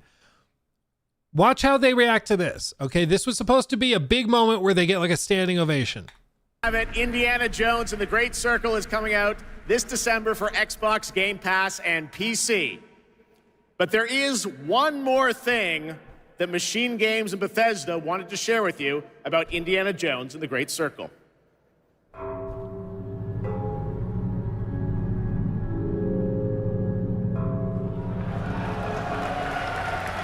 The game's coming to PlayStation 5 in spring of 2025. All right, before we wrap up O&L, we Oh. Some people were like, what? But that's it. So there's reporting coming out now that Microsoft was kind of underwhelmed by the underwhelmed reaction that people had to that. Everybody was like, okay. Because this had also, rumors were abounding, so that was part of it. But ultimately, like, PlayStation gamers are kind of like, okay, maybe we'll check it out, but it's coming in the spring. So, like, after the initial wave of hype, not sure if we're going to be that excited for it, especially it needs to nail the reviews for the hype to remain. And Xbox fans are frustrated because they're like, this was supposed to be our first big, like, I mean, not our first, but this was supposed to be one of our big exclusives, and now it's going to PlayStation close to immediately. Like, it was really, really muted. And so there's reports that they are now slowing down and reevaluating their plans for porting PS5 stuff. There's been rumors for a long time that Starfield might make its way over. But even that, like, I might just be in my own bubble, but I cannot fathom a world in which, like, PlayStation gamers lose it at the idea of Starfield coming to PlayStation 5. Like, I just... Again, maybe it's just my bubble. I cannot see a world in which the community is like, hell yeah, finally we get Starfield. Like, maybe they do. Maybe they do get super excited, but I don't see it. I don't see it. And I don't think even Indiana Jones is that platform seller, even though they were really hoping it would be. So I don't know. I don't think they know, which is the other problem. They are still very much up in the air as to which way they want to go with this. And it's felt like we can all feel that Xbox is kind of just doing the bowling thing, where they put up the riser things and the bumpers. You just bounce the ball back and forth and hope you hit a strike. That's kind of what they're doing now, is they're just like, yeah, throw the ball over there. We'll see where it ends up. There's nothing tactical or precise about it. And it makes the whole thing feel super aimless and unprofessional as well. It's really, really disappointing to see that they still have not figured it out. Because usually Microsoft's like better at this, but they've really struggled to nail the clear vision. And maybe it was that initially they thought, this is what we're going to do. We're going to have these exclusives, bring people over to Xbox, and then do it that way. But that plan changed at some point. I don't know if it was after Redfall or if it was after Starfield or what, but that plan changed, and now they are taking the approach of being a software distributor that happens to also sell a console. And people just need to understand that that's what they're doing now. It's not trying to compete with PlayStation, selling more of the Xboxes than the PlayStations. That's not what they're concerned with now. Now, it's about putting out games and getting people to buy them and spend money in them regardless of platform. And that's going to frustrate the Xbox fans that have been waiting for those exclusives, but that's just how it is. They've been losing at PlayStation's game for a long time, and so they just decided to stop. Kind of like Steam? Yeah, kind of like Steam. But, I mean, it's just like Microsoft. Microsoft Word, Microsoft Teams, all that works on Mac. All that works on iPhone. In fact, there was even a bit of a scandal. Let me see if I can find the picture. Yeah, this kind of turned into a scandal. Tim Cook, the CEO of Apple, this is 2022, he went to a Formula One event just for fun. And he's standing there talking to people. What do you notice about this picture? Anything scandalous? Because this turned into like a whole thing. Standing there with Ed Sheeran, I think, or just generic white guy number 4. I don't know. I'm saying that as generic white guy number 3. What's scandalous about this? People noticed on his watch a notification that seemed oddly familiar. That is Microsoft Outlook. So this like scandal, quote unquote, broke out because he was using Outlook on his phone and Apple Watch to run Apple, a multi-trillion-dollar business itself. And people are like, wait, you have your own mail app. You talk about it all the time at your presentations and stuff. Why aren't you using your own apps? That's because Microsoft's apps are just better. Outlook is just a better email management system than Mail by like a lot. I'm sorry. I don't know how on earth anybody uses the Mail app. It is god awful. Okay. I'm sorry to be that guy, but it's so bad. It is so bad. But people saw this and were like, what the hell is going on? Why are you using Outlook? But this is the key, is Microsoft, they don't care really that he's using Outlook on his Apple Watch, on his phone, on his Mac, because he's still using Outlook. They still won at the end of the day. You're using their software. They have you in their ecosystem, you know? And that's their approach now, is if you're playing Indiana Jones on a PS5 or Sea of Thieves on a PS5, they don't really care so long as you're playing Sea of Thieves. They think they still win. Yeah, because for corporate purposes, virtually everyone has Microsoft integrated for email, Microsoft Office, IMs, even Apple. Yeah, because it's just better. And at this point, it's been around for so long, it is integrated into their processes. So moving away to a different platform is just not that viable. Like moving from Microsoft Teams to, what's the other big one? There's another big one. I'm blanking on the name. Not Discord. It's kind of like Discord though. What's the other one? Slack. Yeah. Moving to Slack, it's not that viable, you know, because they're so used to it. But anyway, that's Microsoft's approach, is that they are going to move to this realm where they are the software distributor first and the hardware manufacturer second. And a lot of people are finding that baffling because it's very different from how things have always been. But that's because Microsoft was not winning at that game. So there it is. There it is. Okay. Let's shift gears and talk about this real quick. Let me catch up on these super chats just a second.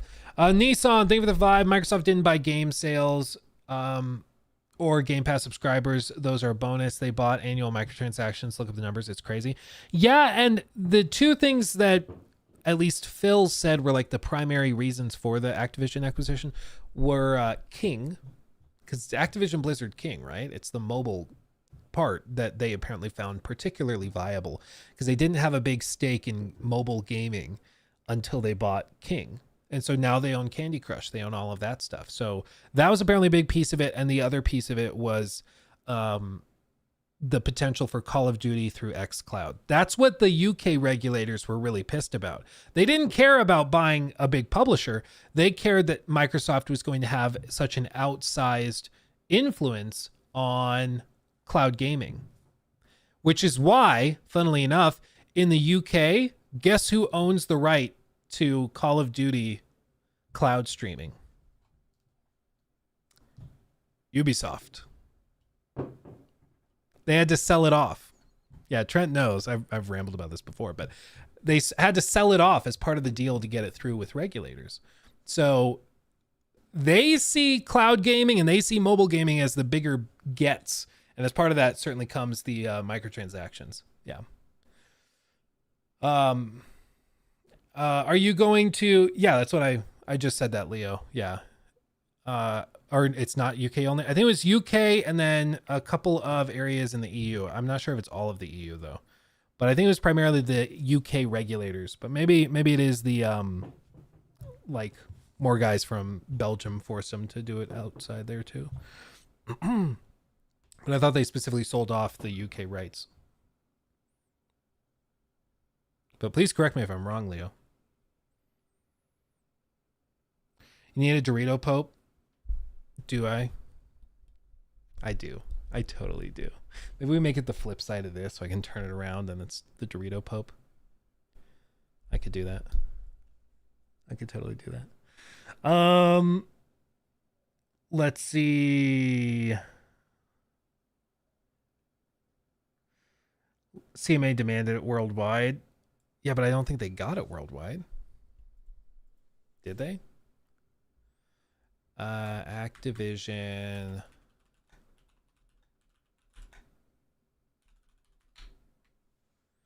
The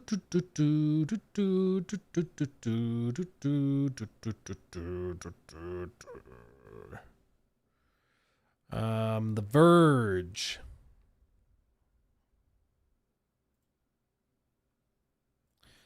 Oh, it's like the inverse of what I think it's the inverse of what I was thinking. So Microsoft's giant Activision Blizzard deal is complete. It means Ubisoft can now obtain cloud streaming rights for Call of Duty, all other current Activision Blizzard games, and any other coming to over the next 15 years. So the deal goes for 15. It helped to get it through with UK regulators, but it might go globally. But this is where it was inverted from what I was thinking. I thought that they had to do it specifically with these EU countries, but it's because they already signed deal with other cloud gaming companies in these countries. So they'll now control Call of Duty and other Activision Blizzard games show up on cloud services with the exception of EU countries and various cloud gaming deals that Microsoft already signed. So if you live in a country that's part of the European Economic Area, or EEA, which includes EU countries and also Iceland, Liechtenstein, and Norway, then you'll get a free license to stream via any cloud game streaming services of their choice. All current and future Activision Blizzard PC and console games that you have purchased outside the EEA, Ubi gets to decide. It's also legally possible for Ubisoft to offer Activision Blizzard games exclusively on certain cloud service providers, but again, very unlikely. I say unlikely, unlike secret deals, blah, blah, blah. It's so funny that Ubisoft of all companies got the rights to it. It is really, really funny, but yeah, anyway. Yeah. So yeah, no, you're totally right, Leo. You're totally right. I thought it was like specifically these plus the UK, but it's UK plus everything else excluding these. So I just had it flipped in my brain. Thank you, Leo, for pointing that out. Anyway, yeah, Ubisoft out of all of them. Yeah. It's funny, but Ubisoft does have some really cool tech and really good tech, but it is still funny seeing it. Okay.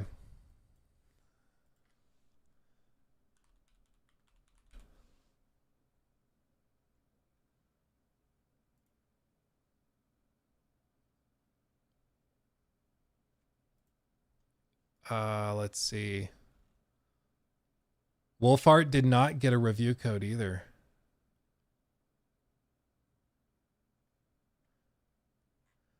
So who all at this point do we know got review codes? Jor, right?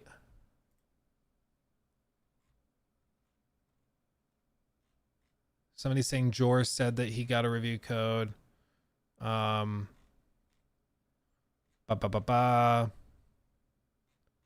don't see a post about it, but you said Jor said he did.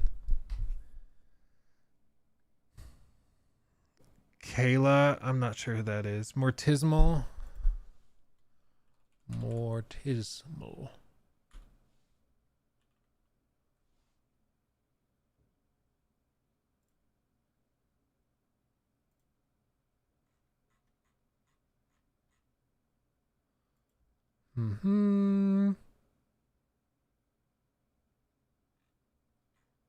Okay.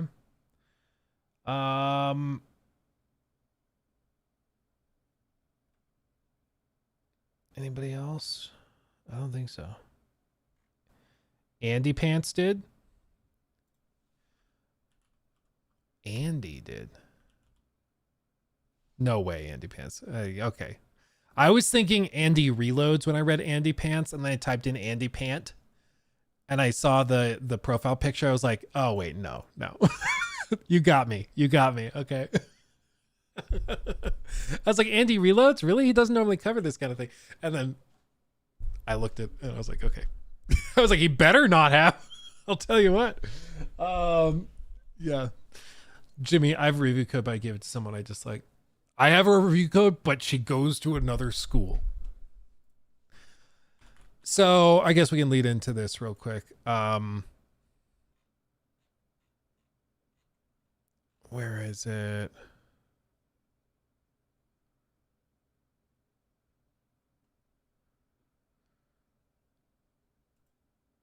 Where'd it go? Where'd it go? Paul Tassi tweeted that, I thought. Dude, he tweets so much. Bro needs to take a vacation. Okay. So let's talk about this. News segment. Gary Daniels, thank you for the 2. Did you get a review code for Dragon Age? Boy, am I glad that you asked, my friend. So, kind of elephant in the room, okay? Here's the deal. Here's the deal. They did just post a new launch trailer. We're going to look at that as well. But I will not be reviewing Dragon Age: The Veilguard at launch. I will not. You can't make me, mainly because I don't have the game. Now, we have been, full transparency, we have been hounding them about it because they've been very coy about it. For like 2-3 weeks, we've been sending regular emails, regular Twitter DMs to people we're in contact with. Like, we have been hounding them, me and my management team, to get review codes for it. Even just one. And they've been mostly ghosting us until very recently, when it became clear they were like, nope, we don't have review codes for you, which was weird. Because I was like, I'm talking to people behind the scenes, some of whom have gotten review codes, others that have not. And it seems like review codes are super limited. What I've said, and I said at the top of the stream, I was talking to somebody who is in Europe, and I'll keep it vague for their privacy, but I was talking to them, and they said that there were like 3 or 4 review codes that went out for their entire country. For everybody that speaks their language, there were 4 review codes that went out for everybody. Not Jor. But it seems like review codes are super, super limited. I've seen a couple. There's people that are saying that some various YouTubers and creators got review codes. Awesome. But it does seem like it's a very limited group. Even those who went to their preview event are not getting review codes. Okay. Paul Tassi from Forbes said he got a review code. That doesn't shock me because Forbes is freaking Forbes. And that seems to be the common thread here, is if you work for a big review site like an IGN, Forbes, VGC, those places, they all got codes. It seems like individual creators, it's much more rare. Wolfhart says 3 creators, myself included, were a bit more critical than others with our hands-on time with Dragon Age: The Veilguard. Not a single one of us will be getting a review code with time to actually give opinions before release. Just thought I would throw that out there. Please keep in mind, folks, that this does not mean that that my more critical opinion is better or more truthful than those who have been more positive. I'm just simply pointing out how marketing works. This also doesn't mean the game will be bad, but is something to consider. Kayla also points out there were also people who were very positive and were also at the event who didn't get review copies also. I definitely think you guys should have been given codes, but I just want to point out it wasn't only people being more critical who weren't given codes. And he says, I understand that, and I did my research on this before posting. The point is more so that everyone will hear or will know of who was critical did not get a code. I can't read today. The point is more so that everyone I know of who was critical did not get a code. With 2 of us being heavily involved in the party-based RPG scene, it's just not a good look. It is, however, a good look on the investor side of the equation, though. Listen. None of us, like, just disclosures out of the way, none of us are entitled to review codes, okay? Nobody is saying that we deserve a code or whatever. It's fine, okay? It's fine. This comes with the territory. Honestly, at the end of the day, they need creators and they need reviewers much more than the reviewers and creators need them, okay? Because, like, we can make content regardless, but they need our positive word of mouth. They need our excitement if the game is good, and they really don't need our negativity if the game is bad. But this is really unfortunate because optically, it seems like the more critical independent reviewers are not being included in the review batch at launch, which is just a strange choice. Like, if the game is really good, let the critical people come out and say that it's really good. That will go a lot farther than IGN giving it an 8 or a 9. Like, not many people make purchasing decisions based on IGN. I frankly don't know of anybody, but I know that there's not a large number at the very least. Whereas if somebody that is known for being really critical and sharp in their evaluation, if they say this is really good, that carries a lot more weight. So it's just interesting. Legendary Drop says, it's just horrible optics, especially given the skepticism around the game and the current climate in the industry. People will see this as truthful people not getting codes. Unfortunately, that's the perception I think it gives. That's why I think it's a mistake. And it's bizarre because they've been very transparent up to this point, and then this is the time where they're getting cagey with it. It seems to me to be a mistake. The game could be really, really good. But what's going to happen now? Now, let's say hypothetically, we fast forward to the 28th, I think is when it was rumored that the embargo would lift. I don't know that because I don't have a review guide because I'm not reviewing the game. But if, let's say the 28th review goes up, and let's say Metacritic, it's a 90 or a 91. The problem is now everybody's going to be like, yeah, but you didn't give it to the really critical people. So it's probably more like 85 when when all the other reviews come in and it averages lower. Even though it could be a 91, even though it could be amazing,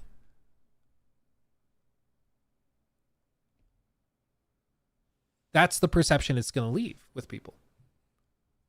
When can you talk about the bit you did play? Like a month ago? I already posted a big video on it. Yeah, I've already talked about it a lot. So you're right. The average consumer doesn't care. Maybe not. Yeah, the average consumer I don't think cares. But I think what they're trying to do is they're trying to win over the core fandom first and then win over everybody else. And let me ask you guys, are there any creators out there that are known for being really, really into Dragon Age? Like, are there any communities that still make content on Dragon Age, that like hype them up, the big fan channels? Because like, when like Microsoft was trying to sell Redfall to people, but they for some reason invited a bunch of Xbox fanboys as if that would quell concerns and convince people. You know what I'm talking about? And they do that, and they still gave those people like early access and preview access, but they did not give it to critical people. Yeah, Nikki, yeah, my wife. I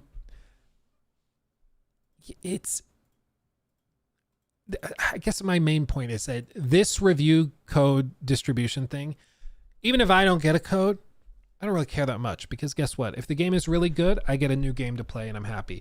If the game is really bad, we get to laugh at this massive blunder and the mistakes that they made with the potential that they had. So either way, I'm good, fam. I'm good. But I think from the perspective of trying to sell the game to people, this is just an unnecessary mistake. It's just a blunder. It's just an oopsie, I think. So let's see. Other people are saying, not every single upload, but Wolfhard plays them semi-regularly and has covered everything up to the release. That's why it's a bit concerning. Yeah, and he's a good guy, dude. Like, I've talked to him a few times. I've met him a few times. And he's a legit dude. And again, it's just an unnecessarily bad look. Like, review codes literally don't cost you anything. You generate it, you send it out, they sign the NDA, and they review the game. We've done it hundreds of times, okay? It is not a big deal. Maybe not hundreds, dozens at the very least.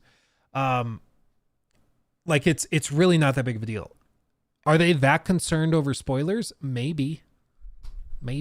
Getting a review code for God of War Ragnarok was also a nightmare, but they still sent it out. It was funny. I can say this now because the person I was talking to doesn't work there anymore, but with God of War Ragnarok, review codes were very, very limited. And they straight up told me we have 2 codes left.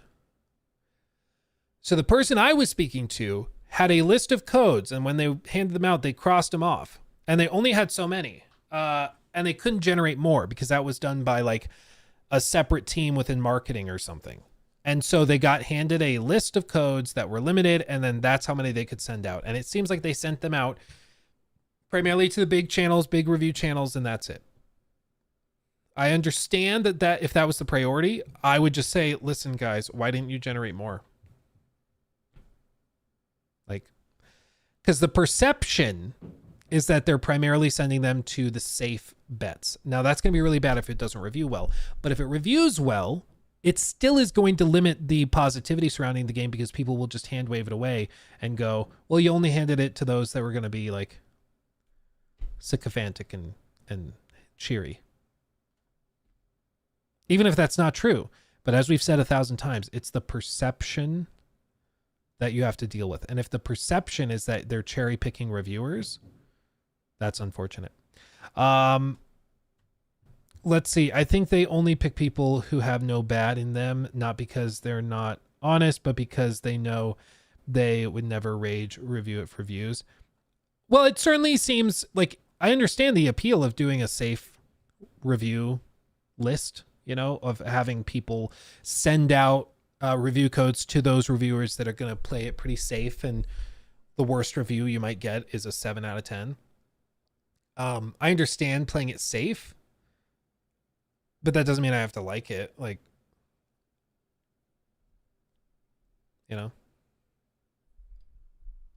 Neon Knight got one. His review's kind of negative. Yeah, I would love to know how they picked it apart and how they divvied them out.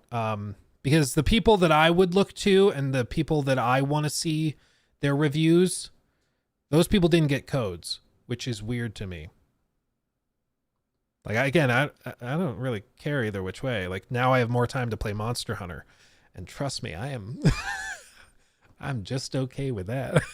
Because their open beta goes up for PlayStation on the 28th. So I'll tell you what, I'm not that sad that now I have 3 extra days to play Monster Hunter. I am just fine with that. But I was hoping to look at certain people's reviews, and those people didn't get review codes, which is a bummer. That being said, though, let's look at this launch trailer now that we've sufficiently bummed everybody out. Let's see what they are leading with here. My guess is, I have not watched this yet. My guess is they are going to probably focus on a darker tone because I think they've seen that feedback.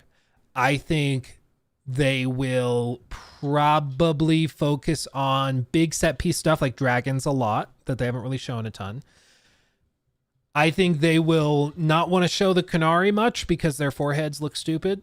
And I think... what's another prediction I could throw out? I don't think we see much mage gameplay, if any. I think they focus on some other combat. That's my guess.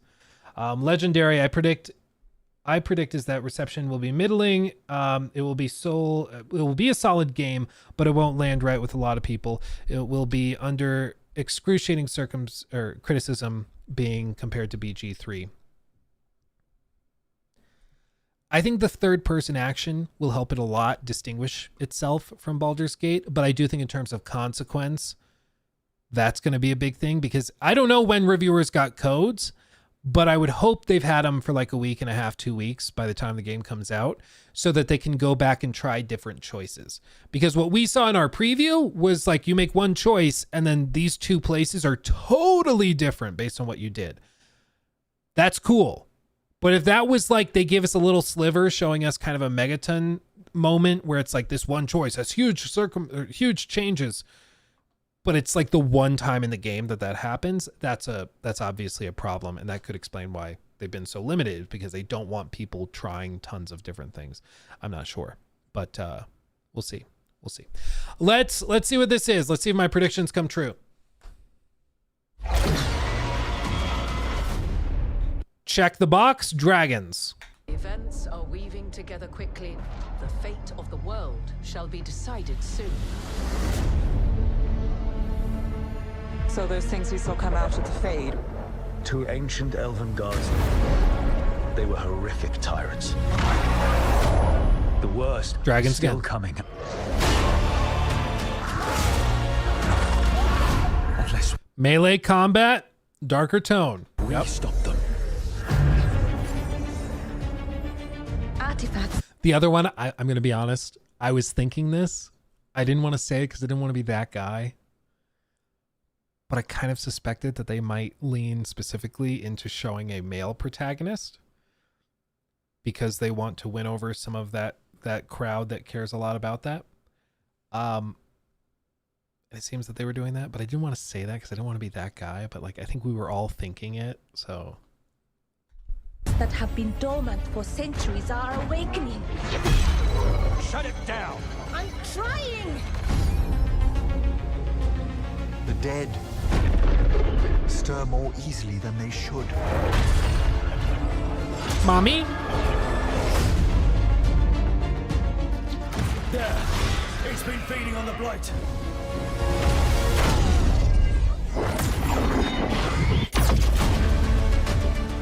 The streets of Treviso get more dangerous by the day. The gods, I can feel their corruption. The cult's gathering power.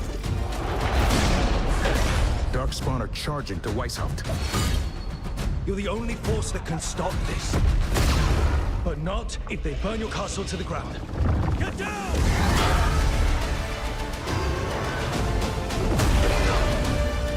I played a lot of this, dude. It's kind of surprising me. It will not be easy. But you are this world's only hope.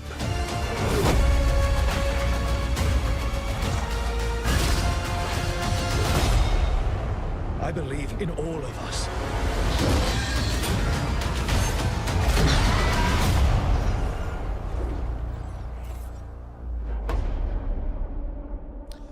Honestly, pretty good trailer. Pretty good trailer. Definitely leaning into the dark and gritty. Lots of melee combat. Lots of dragons. Lots of different ages. That's good. It's going to be fascinating to see. I will say I was very confident that the game was going to be solid until this thing with the reviews. Now I'm looking at it and I'm like, are they trying to hide something? I don't know. They gave Maddie a code.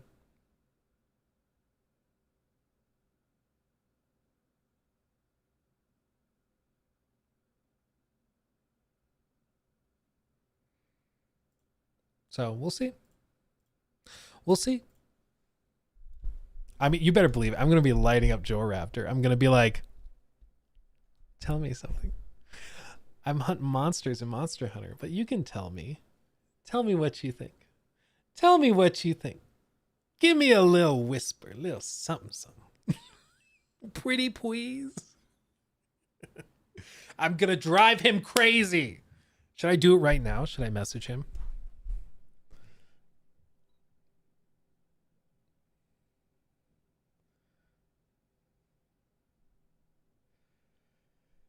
Hey man, comma, we are live on stream right now, and I told everybody I would message you asking if Dragon Age was good, period. So feel free to tell me absolutely everything about the game. I promise I won't tell. ... I'll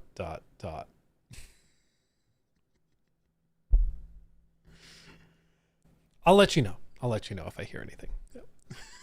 Yeah, Joe's response. Here are the 8 things to do at the beginning of Veilgar. Here are 8 tips. Oh, man. So we'll keep an eye on it. We'll keep an eye on it. You better believe we're going to be looking at those reviews up close and personal. If my prediction is still, I think it's going to review pretty well, honestly. I think it's going to review pretty well. I don't know why they chose the reviewers they did. I was looking forward to seeing Wolfheart's review. But I guess I'm just going to have to play Monster Hunter and sit in anxious anticipation to see what it's like. But we'll see. Oh, yeah, maybe. Hold on, which button was it? We're aiming for a controversial 7 out of 10. Yeah, maybe that's where they're aiming. So time will tell. We'll watch it. Okay. Let's shift gears into this. Are you ready for a super fun conversation? Ready? New segment. Logan, thank you for the 2, by the way. Nuri picked this trailer apart. Very good video. Oh, good. Maybe I'll check that out. See if there's any cool tidbits I missed. Okay. I'm foaming at the mouth for that Monster Hunter open beta. Dude, you and me both. I cannot wait. I think it's only because the game has been showered in so much BS online that they're taking people that they know will treat it with 110% respect or whatever. Yeah, maybe. I think it's they have a list. EA has a list of people that have been following the game for a very long time and have made videos on it for a very long time, and they're prioritizing that. Because I know Maddie's made videos about Dragon Age for, you know, going back a long ways, videos about Mass Effect, and so I think that that's a common thread. I do know a lot of content creators, not a lot. I know a few content creators that have consulted on this game and have talked about it. I don't know if they're allowed to disclose that, so I'm not going to say their names, but I do know some people that have consulted on this project specifically. And I would guess that a lot of those people are getting the access as well, which awesome. I mean, if nothing else deserves it, I mean, that does. So it's going to be interesting. It's going to be interesting. I'm going to be watching close. Okay, you ready? Yes, sir. Buckle up, buckle up. Cliff Master also, thank you for resubbing over on Twitch. I read that message before, but I'm not sure if I specifically said thank you. So thank you for that. And then Super Kamaguru, thank you for that sub as well. Thank you, my friend. That was fantastic. Okay. So, if somehow you've been living under a rock and you are not aware, Ubisoft has made some changes. Okay. They made some changes to some stuff. And the changes they've made are with regard to everything. They delayed the game. They are changing how like the season pass, expansion, whatever stuff works. They're changing early access to the game, basically removing that totally.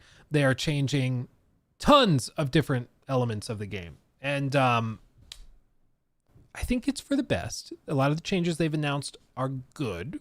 Does that mean the game is good? Not necessarily. Does that mean these changes are good? Yeah. But good changes to a terrible game do not make a terrible game good. It might just make it less terrible. Same thing with like good changes to a good game. Won't make it excellent. It just is like a good change that's important to acknowledge. So I want to be clear about that. But Joe Raptor posted this. They posted updated pictures of the collector's edition, and there are some interesting little tidbits. So you can see this is the original, I believe. Bonus quest at launch, all this stuff, steelbook case, the artwork, all that.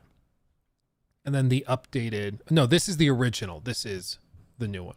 So the original, play 3 days early, as you can see there, season pass, ultimate packs, all that. And the new one, they've changed it around a lot. Okay. So what Joe Raptor points out, skill points are now called mastery points. They've changed the naming of certain gameplay elements. Why would you need to change the name of skill points? What? That to me seems bizarre. But you can see in the original, it said you get 5 skill points for pre-ordering. Or for buying the collector's edition, rather. So are they renaming it mastery points because that sounds less like pay to excel? I don't know. But I thought that's really weird. That's really, really weird. Why would you need to rename that? Art book has new cover and 8 pages are removed. We've heard the stories about the art book. Basically, there was this piece of art that went around.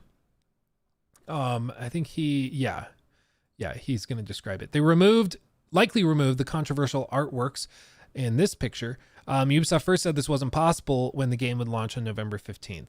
They said, like, it's already been printed. We can't do that. Because some of the banners in here, I think it was this banner up here, were from like a reenactment group or something, and so they took the picture of that, put that into the art, because basically a concept artist, it seemed like, went online, Googled like whatever picture, Japanese banner, and then they just wrote that in and copied it over. So they've now likely removed that and redone it, likely just reprinting all of the art books. So people are like, hey, it's kind of not cool for this to be a problem, then you just leave it in. It was your mistake in the first place. It seems like they are actually just eating the cost of that, and they're just redoing everything. So again, props to them for that. That's what people wanted them to do, and now they're doing that. Cool. The artwork includes flags that didn't make sense for the setting of shadows, plus Ubisoft used them without consent. Seems more artwork is removed though. So maybe my question is, did they find other pages where there were problems? Maybe, and they cut them. Good on them for cutting them. But I'm wondering, you know, there was that whole debacle with the one-legged like pillar. You know what I'm talking about? There was the problem with the one-legged pillar and the issues that came with that. So maybe there was like a piece of artwork like that. I'm not sure. Anyway, they continue. The envelope for the 2 lithographs has also been removed. So you had these lithographs, and then those were changed. So the envelope was shown underneath it. Now it's not. Don't know why, but that's a change that was made. You can see the envelope underneath it in the right. And then it's removed.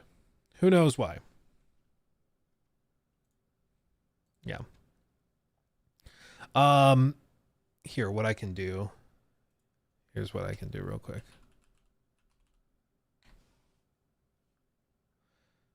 Do do do do do do do do do do do do do do do. Let's see.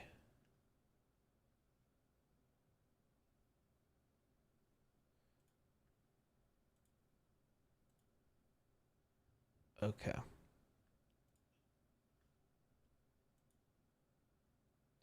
There we go. Now we can try it. I just turned on all the Nightbot spam. Yeah, spam protection. So we'll see if that works.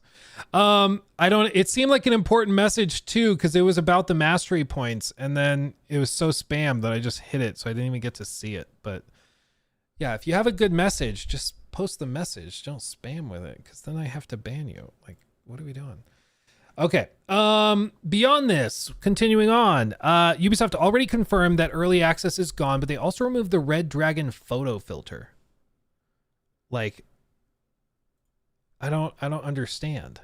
I don't understand why they would also need to ban that. They're banning photo filters now. Because you can see it's also right here. That's also been banned. Or not banned, been removed. Like, why did they feel the need to do that? I find it really interesting. Like, I find it really, really fascinating. I just don't know what the benefit is. It's probably just in the base game now. I guess, but like, if anything you can include in a collector's edition, include a stupid photo filter. Like, it's a really dumb inclusion. I don't know why somebody would pre-order something like this for that reason. But I you know, that one was not problematic. I don't think anybody was that upset about that. But this person is furiously logging into their alt accounts to spam. Yeah, I mean, this is why when I see like a really bizarre like hate comment on a post or something, and then it's got like 3 or 4 likes, I'm like, okay, so the person posted that comment where they said something like horrifyingly evil or racist or something, and then they swapped all their alt accounts to like the post to make it seem like people agreed with them. So like, whenever you see a crazy comment with like 3 or 4 likes, it doesn't tell you a whole lot, you know. It's just it's stupid, but that's just how it is. So they continue to say Pre-orders get the next to the first expansion for free, but also a bonus quest at launch. But it's unclear if this is the previous pre-order mission from the other picture that they showed with the dog. Who knows? Who knows? The small text now includes content and release dates may change. Probably should have had that to begin with. Tell you what. Fun fact, it also reminds us that the Xbox version will have 2 discs while the PS5 has 1. I didn't know it had 2 discs. I didn't know that. It has 2 discs on Xbox? Really? That's a throwback. You remember the old like Xbox version of LA Noire? Let me see if I can find a picture of it.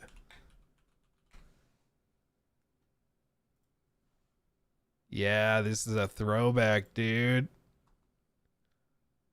4 discs. 4 discs.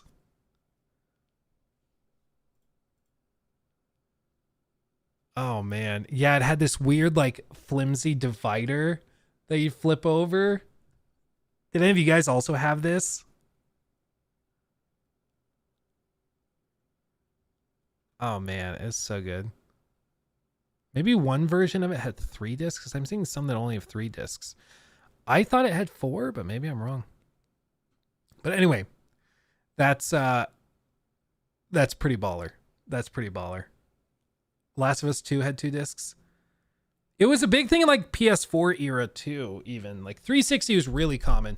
But I remember playing LA Noire on 360, and then you'd reach a point in the story where it would go to like a black screen, and then it'd fade in with text, and it was like, swap to disc number 3 to continue the story or whatever. And I don't think the game would crash or anything. I think it like put itself in a suspended state, and you could take the disc out, put in the new one, and it would continue going. It was pretty cool, honestly. But yeah, those are the days, man. People are back in my day, we had multiple discs. But apparently for the Xbox version, they need multiple discs for AC Shadows. I didn't know that. Make of that what you will. Who knew? But honestly, like, these are all good changes, okay? These are all good changes. I know a lot of people really enjoy the dunking on Shadows, but these are the changes people were hoping they would make. And this delay has allowed them to make it. And part of being critical is that you need to be fair when they make a good choice. And these, I think, are good choices. There's still questions around, like, the mastery points. I don't really know what that's about. I really don't know why they would need to rename skill points to mastery points.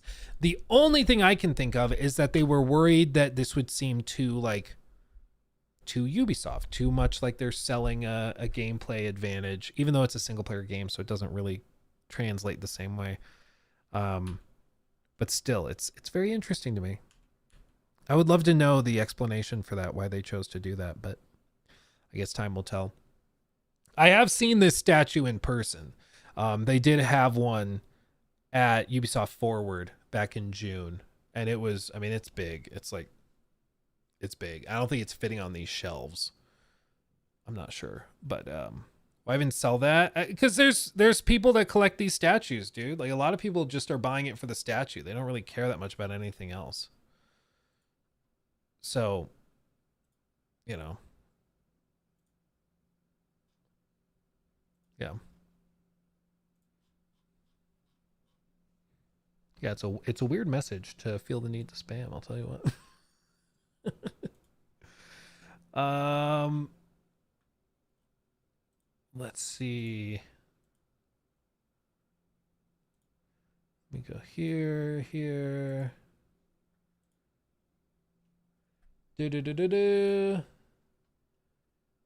Here. Now, okay, now I kind of want somebody to try.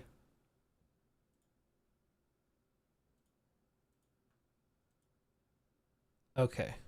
Now I kind of want somebody to try spamming again. I want to see if the chat bot blocks it. Full transparency, it shouldn't ban you permanently or anything. It should just time you out. But I kind of want to see what happens when somebody tries to do it. Let's see. Is it going to work? Thank you, Flower. Flower's helping me test this. Maybe. Can't believe I'm asking my chat to spam stuff. No, it doesn't look like it's doing anything. Let me see repetitions.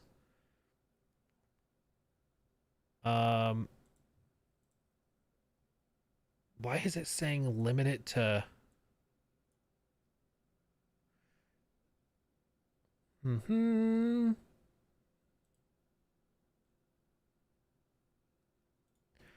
that should have worked it.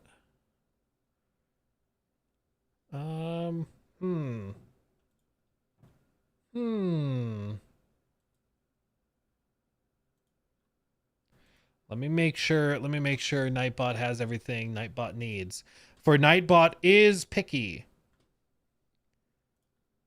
Nightbot has many demands. Let's see. Luke is a stinky face. Boom, got him. Community Nightbot. Nightbot is a manager.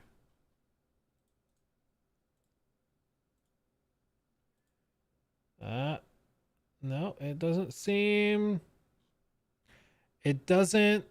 Oh, Nightbot did delete some. Hold on. So I think it's just a rule. Because it's Nightbot did delete some. It's just not doing a great job of it.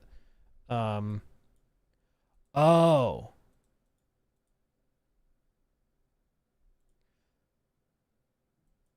It's saying it's only going to step in and block a repeated thing if it crosses 20. If you repeat something 20 times, then it deletes it, it says. Weird. I don't know why the standard would be that. I can't set it lower. That's funny. Yeah, count it out. Maybe 1, 2, 3, 4, 5, 6, 7. We're good for 19. Yeah, that's what it seems to be. It's a weird moderation tool that it limits it at that, but oh, there it goes. Now it's going after Leo. Holy cow, stop spamming. Okay. Well, who knew? There's the rules, I guess. It's funny that it'll allow it 20, but I would think I could limit it down.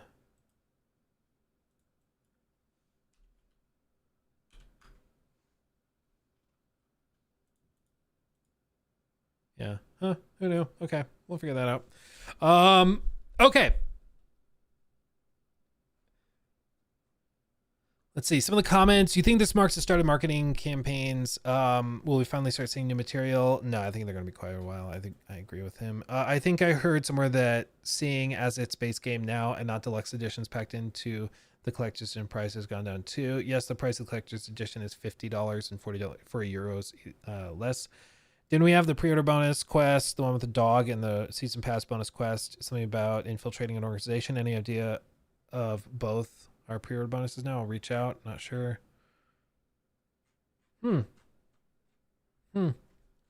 Anyway, it continues to be bizarre. AC Shadows, that is. I am excited to see how it kind of settles as time goes on. But it's one of the most fascinating gaming stories in recent memory, and I'm eating it up because I'm an Assassin's Creed fan. I like these games. I've enjoyed them since I was like a kid, but I really want them to figure their crap out. And maybe this is the start of that. Probably not, but maybe. We'll see. It's so crazy that this was the most requested setting for an AC game for so many years, and they fumbled it so hard. It is kind of amazing. I think what it was probably is that they knew it was so desired, that they didn't want to do what everybody expected them to do. They didn't want to just do like a Jin Sakai style character and then introduce them where it's like, oh, they have samurai abilities and ninja abilities. You can do everything. See? So I think after that, they decided after Ghost of Tsushima, they were like, we need to do something nobody will see coming, something really different. Let's have Yasuke as a playable character, and then let's also have Naoe as a playable character, and let's put them together and do it that way. And I think they thought they were being really like novel, subvert expectations, really surprise everybody. And instead, how they framed it, where they were trying to frame it as like, this is a historically grounded thing like that. Well, it's not. And then they're like, no, but we're really not pandering. But then they start like the hip hop inspired music whenever Yasuke fights. And it's like, we all know what you're doing. Like, this is a game set in Japan. Like, what? The most insane thing I heard was when somebody, who was it? It was one of those like those channels, like they don't play games, they just like hate grift from topic to topic. Half their videos are about the Snow White movie, and then the other half are about Assassin's Creed Shadows. But they were like, honestly, AC Shadows looks pretty bad. I don't want to play as an African American. It's like, bro.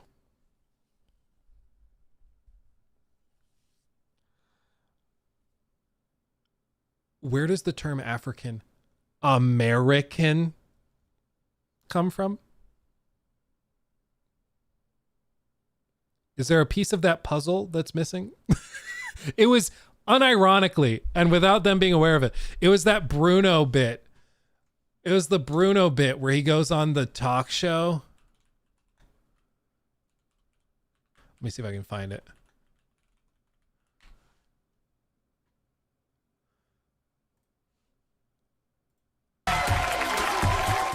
Hold on, let me see. Let me see if I can find the exact moment. I went to Africa. It was filled with African American people. Yeah, this. I gotta say, I love American people and I love African American people. It's the best. Okay, so he does that. Then he says he went to Africa.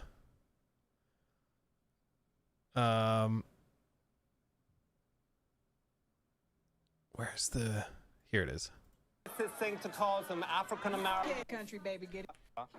And I flew back here to America and I stopped over in this country called Africa, right? Africa is a continent, not a country, baby, get it right. Stopped off in this country called Africa. It's great. Well, it is full of African Americans. It's full of Africans. It's full of people of African No, that's descent. a racist thing to call them African Americans. Is it right? Like, that's the level of intellect you're dealing with. It's like Sacha Baron Cohen pretending to be really stupid. That's where they actually are, okay?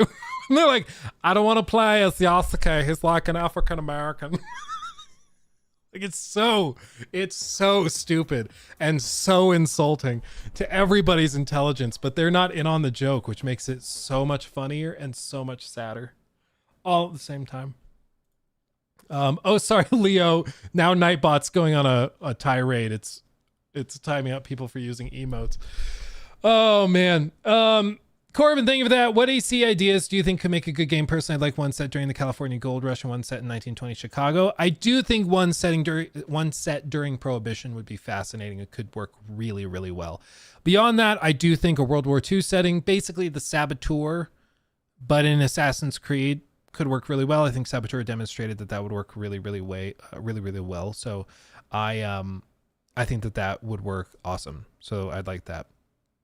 Saboteur was so good. Yeah, dude. If you've not played the Saboteur, I recommend you do. Even though it's older, even though it's not aged the best in a lot of ways, it had some really interesting ideas. And even just in the simplest way, like doing something as simple and straightforward as the black and white filter when you're in occupied areas, but then when you free it, it gets the color back. Like, that's such a simple concept, but brilliantly executed. Like, it's so good. Those fun, like, novel ideas are just something you don't really see nowadays. $10 on Steam. Yeah, everybody go buy that. The Saboteur. It's Assassin's Creed basically, but in occupied France. Like, it's so good. Couldn't you pay to see Booba? The game opens with Booba. In fact, if I can get this to load.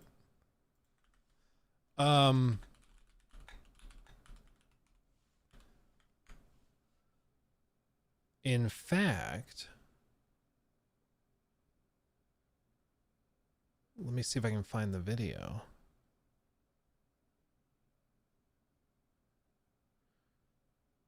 Here it is. Luke from like 3-4 years ago. This was when I was on some tirade against Young. Yeah, I don't even remember why, but there's a moment where a lady is dancing in the burlesque show thing, and she is not clothed on the upper half. And so I chose to censor it in a certain way by flexing my Adobe After Effects skills.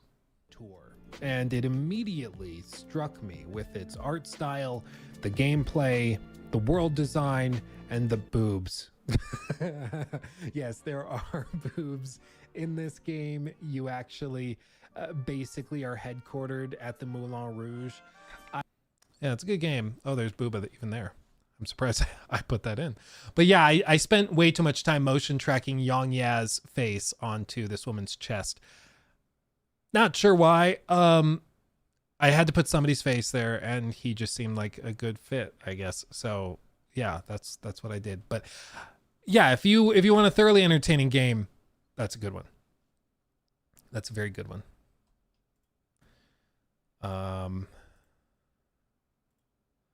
Anyway. Okay.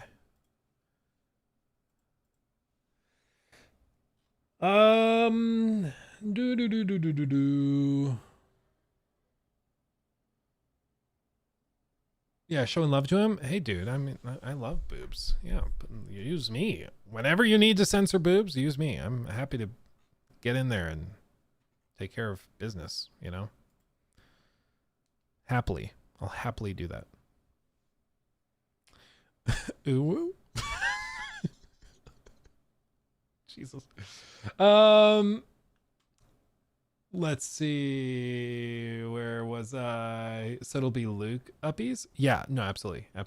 Take care of business, by the way. Okay, fam. Did I have anything else? I do have some other stuff just to touch on. I guess we can do this real quick. This is really stupid. Okay. News ever. In the world of gaming, which like subset would you feel like the least bit sympathetic towards? Like which side of the gaming industry has like basically no upside to the gamers, and it basically only helps cyclists? It basically only helps the publishers. Okay, who could that be? To me, it's the Denuvo crew. Okay, NFTs is a good answer too. That's a really good answer. But for me, it's the Denuvo crew, because Denuvo doesn't actually like do anything for the gamer. It just decreases performance. It often makes games only online, so you can't play games on the go anywhere near as easily, or if you live in an unstable area, like, it doesn't help anything. It basically only exists to protect publishers' games from piracy and exploitation. The only potential upside could be, in some cases, requiring always online stuff could help against certain exploits in live service games. But that's what anti-cheats are for. And I think by most standards and definitions, DRM is not tied to anti-cheat. It's totally separate. So even that argument doesn't really follow through. But you know who said, do you know what who said that Steam forums that argue against DRM inclusion breaks their hearts. Do you know who said it really hurt their feelings? Denuvo themselves. Yeah. As you can see in this article from PC Gamer, it even breaks my heart a bit. Denuvo pushes back on its haters, says Steam forums are a very toxic, very hostile environment. Now, this is something we can all agree on, I'm sure, but Denuvo deserves it. Not everyone thinks Denuvo DRM is a crime against PC gaming, but you'd probably struggle to find a PC gamer who says they like the anti-piracy software. And why should they? If it works properly, the only people who should notice the existence of Denuvo DRM are the software pirates trying to crack it. Everyone else is free to hate it because they know it hurts performance, or just because they don't like DRM or have no feelings about it at all. There's a bunch of different reasons to be against DRM stuff. One would be like games preservation. So when things are locked up with DRM, it makes it next to impossible to preserve it for future generations after those servers go offline. So that's a piece of it. Beyond that, yeah, game pirates and people who want to crack it and play the games for free, that is a part of it as well. They obviously don't like it. But then the average gamer doesn't like it because it harms performance. Some games it's more aggressive than others, but it can affect performance from single digit, FPS, even increasing it beyond that, or even just having frame rate caps. There's all sorts of ways that it can affect it. That's been the status quo for a long time, but Denuvo is finally pushing back on gamers who characterize it as the Lex Luthor of PC gaming, and says that not only should we not hate it, we should also appreciate Denuvo DRM for the good it does for game developers. Framing it this way, maybe you're saying by preventing piracy, you're actually helping the game publishers and developers, so therefore it's a net good to the devs. Maybe. I think that's where they're going. Let's see. It even breaks my heart a bit to see how our solutions, especially the anti-piracy solution, are picked up by the community, Denuvo product manager Andreas Ullman told me earlier this year at the Game Developers Conference in San Francisco. Quote, because I think it's not fully understood the benefits that our solution can bring, because preventing piracy, you earn more through your game, which is then reinvested into making greater games. I don't have any proof for it, but probably if our solution does not exist, maybe there are some great games that never get developed. I think a lot of this goes to what your presuppositions are. Okay. Gabe Newell, the king of PC gaming, the king, he famously had an interview where he said that piracy is not, at the end of the day, an issue of players not wanting to pay for a game. For some people, sure, they don't have the money to buy the $70 game, so they pirate it instead. For some people, that's certainly a piece of it. But at the end of the day, the majority of piracy happens because it's a service problem.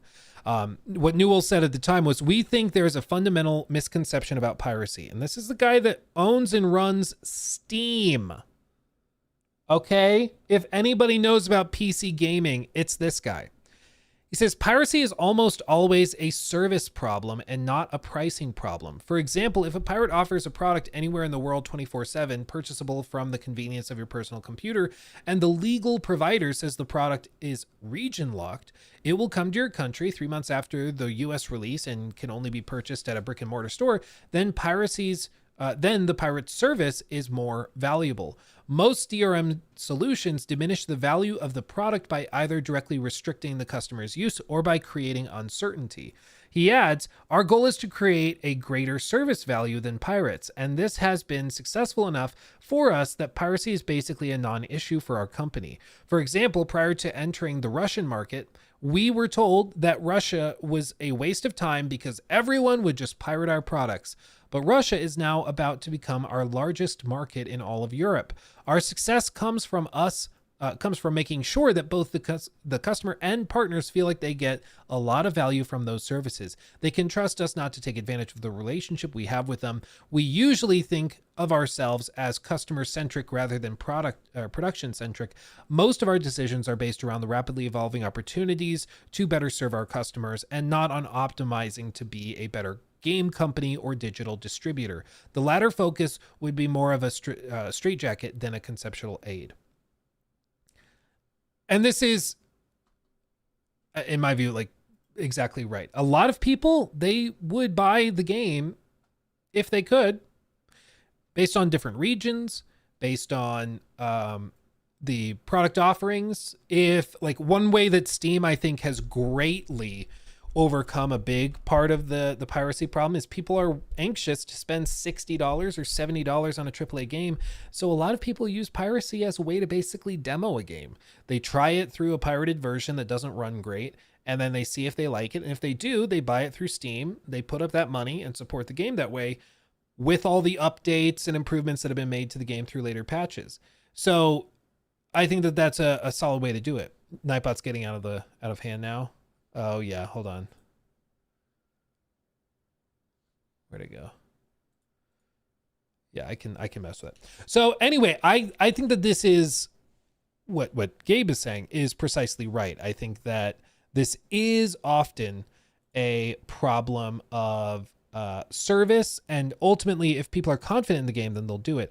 Because what I was saying was the people using piracy basically as a way to demo games. By offering the 2-hour return period, so if you try the game and you hate it, you can just return it and get your money back.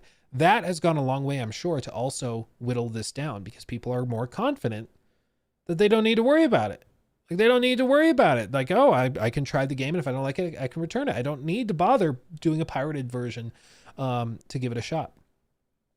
So I can see where he's going with this. This Denuvo guy is going with this. But again, I just think it's, of course, the Denuvo guy is going to push the importance of Denuvo, but I don't think it's necessarily even true, or at the very least, there's debate about it coming from probably the guy, the preeminent expert on piracy and PC gaming in general, being Gabe Newell. So I find that fascinating. I've been talking to Ullman about a new security measure Denuvo is offering for pre-release game builds. Interesting, but not very relevant to the typical PC gamer. And sorted the comment away in my mental file of interesting threads to follow up on. As it turns out, that comment foreshadowed a new effort by Denuvo to bring PC gamers over to its side. Okay, which kicked off with a Discord server last week. It didn't go well. They shut it down after 2 days, dude, because they were being bullied so much. Oh, man. That's so funny. 2 days after throwing its doors wide open with nearly 2,000 people on the server, Denuvo sheepishly returned to X to announce that, as you can imagine, the amount of inappropriate content has made moderation quite challenging for our small team, who are doing this alongside our regular day-to-day work. For that reason, we've decided to make some changes to the server, which will be implemented over the next few days. Stay tuned. No one's been able to post on the servers for 2 days as of the time of writing. That's so funny, dude. They got bullied. They got bullied into shutting it down. That's funny. And in an interview with Rock Paper Shotgun this week, in which Ullman expanded on his personal quest to improve Denuvo's rep. In the RPS interview, he describes Steam's forums as very toxic, very hostile environment, and says that Denuvo no longer wants to let the crowd make claims about its software unchecked. The company has been adamant that its DRM does not hurt game performance, except in rare cases, such as Tekken 7, where the problem was due to an error. Our results have lost relevance because of their age, but when Durante tested Final Fantasy 15 performance for us with and without Denuvo DRM in 2018, we found no difference. On why Denuvo has such a negative reputation, it doesn't hurt performance, Ullman told RPS, if it doesn't hurt performance, he told RPS that it's in part because it simply works and would-be pirates are trying to make it unattractive to game publishers by disparaging it. Pirates cannot play games which are using our solution over a quite long time periods, usually until publishers decide to patch out our solution. So there's a huge community, a lot of people on this planet who are not able to play their favorite video games because they're not willing to pay for them, and therefore they have a lot of time to spend in communities and share their view and try to blame Denuvo for a lot of things, trying to make the gaming publishers to not use our solution so they can start playing pirated copies of games for free again. I mean, there's sort of a boogeyman within the AAA development space where a lot of executives believe that there's just an ocean of like evil PC gamers that just want to pirate everything, absolutely everything, you know. And I just don't think that's true. I think ultimately the vast 95% plus of PC gamers, if they like a game, they want to buy it and they want to support it. Pretty straightforward. They want to do that. But if the performance is bad, or if they aren't sure of what they're getting or the product they're getting, then they pursue other options.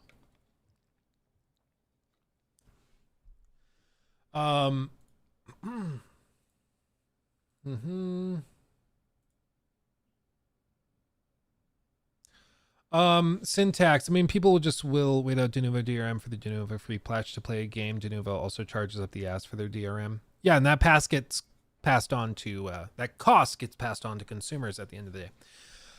The other reason Omen thinks is that there just isn't a clear reason for gamers to like Denuvo. All they know is that it's a tool big publishers use to combat piracy so they can make more money. But he argues with today's giant budgets, a 20% loss of launch revenue, which is what a recent study claims Denuvo DRM protects, is a significant setback.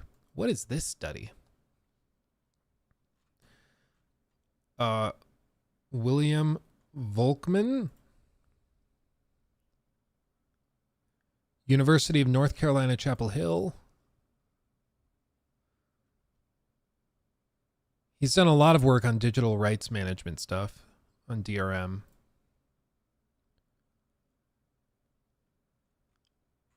I'll have to read through this. Close that. It protects total revenue from piracy by a mean of 15 to 20%. Piracy causes mean total revenue to decrease by 20% when Denuvo is cracked quickly. Piracy causes zero mean total revenue loss when Denuvo survives for 12 weeks or more. The characteristics of a game cannot explain its likelihood of being cracked. A model of piracy. Now I want to read through this whole thing. I won't make you guys sit through that, but I might read through that. Because that seems interesting. If there's a whole study, I want to know if it's legit, if it's like a good study, or if this is just like one of those sponsored by Denuvo studies that just reinforces their value. I don't know. Let's see. In the interview, Ullman also discusses why Denuvo hasn't debunked performance claims with its own testing. The short answer is that it would need permission from its clients. No one would believe it anyway. And there has been some independent testing already. He pointed to our own Final Fantasy 15 test as one example. As for why he wants to change the perception of Denuvo now, Ullman reiterated what he told me back in March. Aside from the obvious goal of attracting more business, it's personal. I'm with the company for such a long time, said Ullman. The guys here are like my family because a lot of the others here are also here for ages. It just hurts to see what's posted out there about us, even though it's been claimed wrong hundreds of times. Today, publishers who use Denuvo often employ it during critical launch period and then remove it later with a patch. The upcoming Dragon Age the Veilguard will somewhat surprisingly not use Denuvo at all, although EA says it won't offer preloading as a result. Makes sense. Like they don't want to potentially have leaks. But we'll see. I mean, we'll see if Veilguard ends up that being a net positive. I mean, time will tell. But I don't really understand why he cares so much. Like, you're making lots of money from these companies that are using Denuvo. Just like do your thing. Go back to the office. Like, you don't need to be on the gamer's good side. Like, what is his ultimate goal? Does he really think that people will like be rooting and celebrating for Denuvo when it's introduced? Like, I don't see that being a thing. Like, imagine they announced, and everybody, Baldur's Gate 4 includes Denuvo. Yeah, like nobody's gonna do that. I don't understand. I think what he said is ultimately correct. Like it is personal. It is personal. And maybe there's a fear with games like Veilguard, if it becomes such a boon to your game's perceived respect for players to not have Denuvo.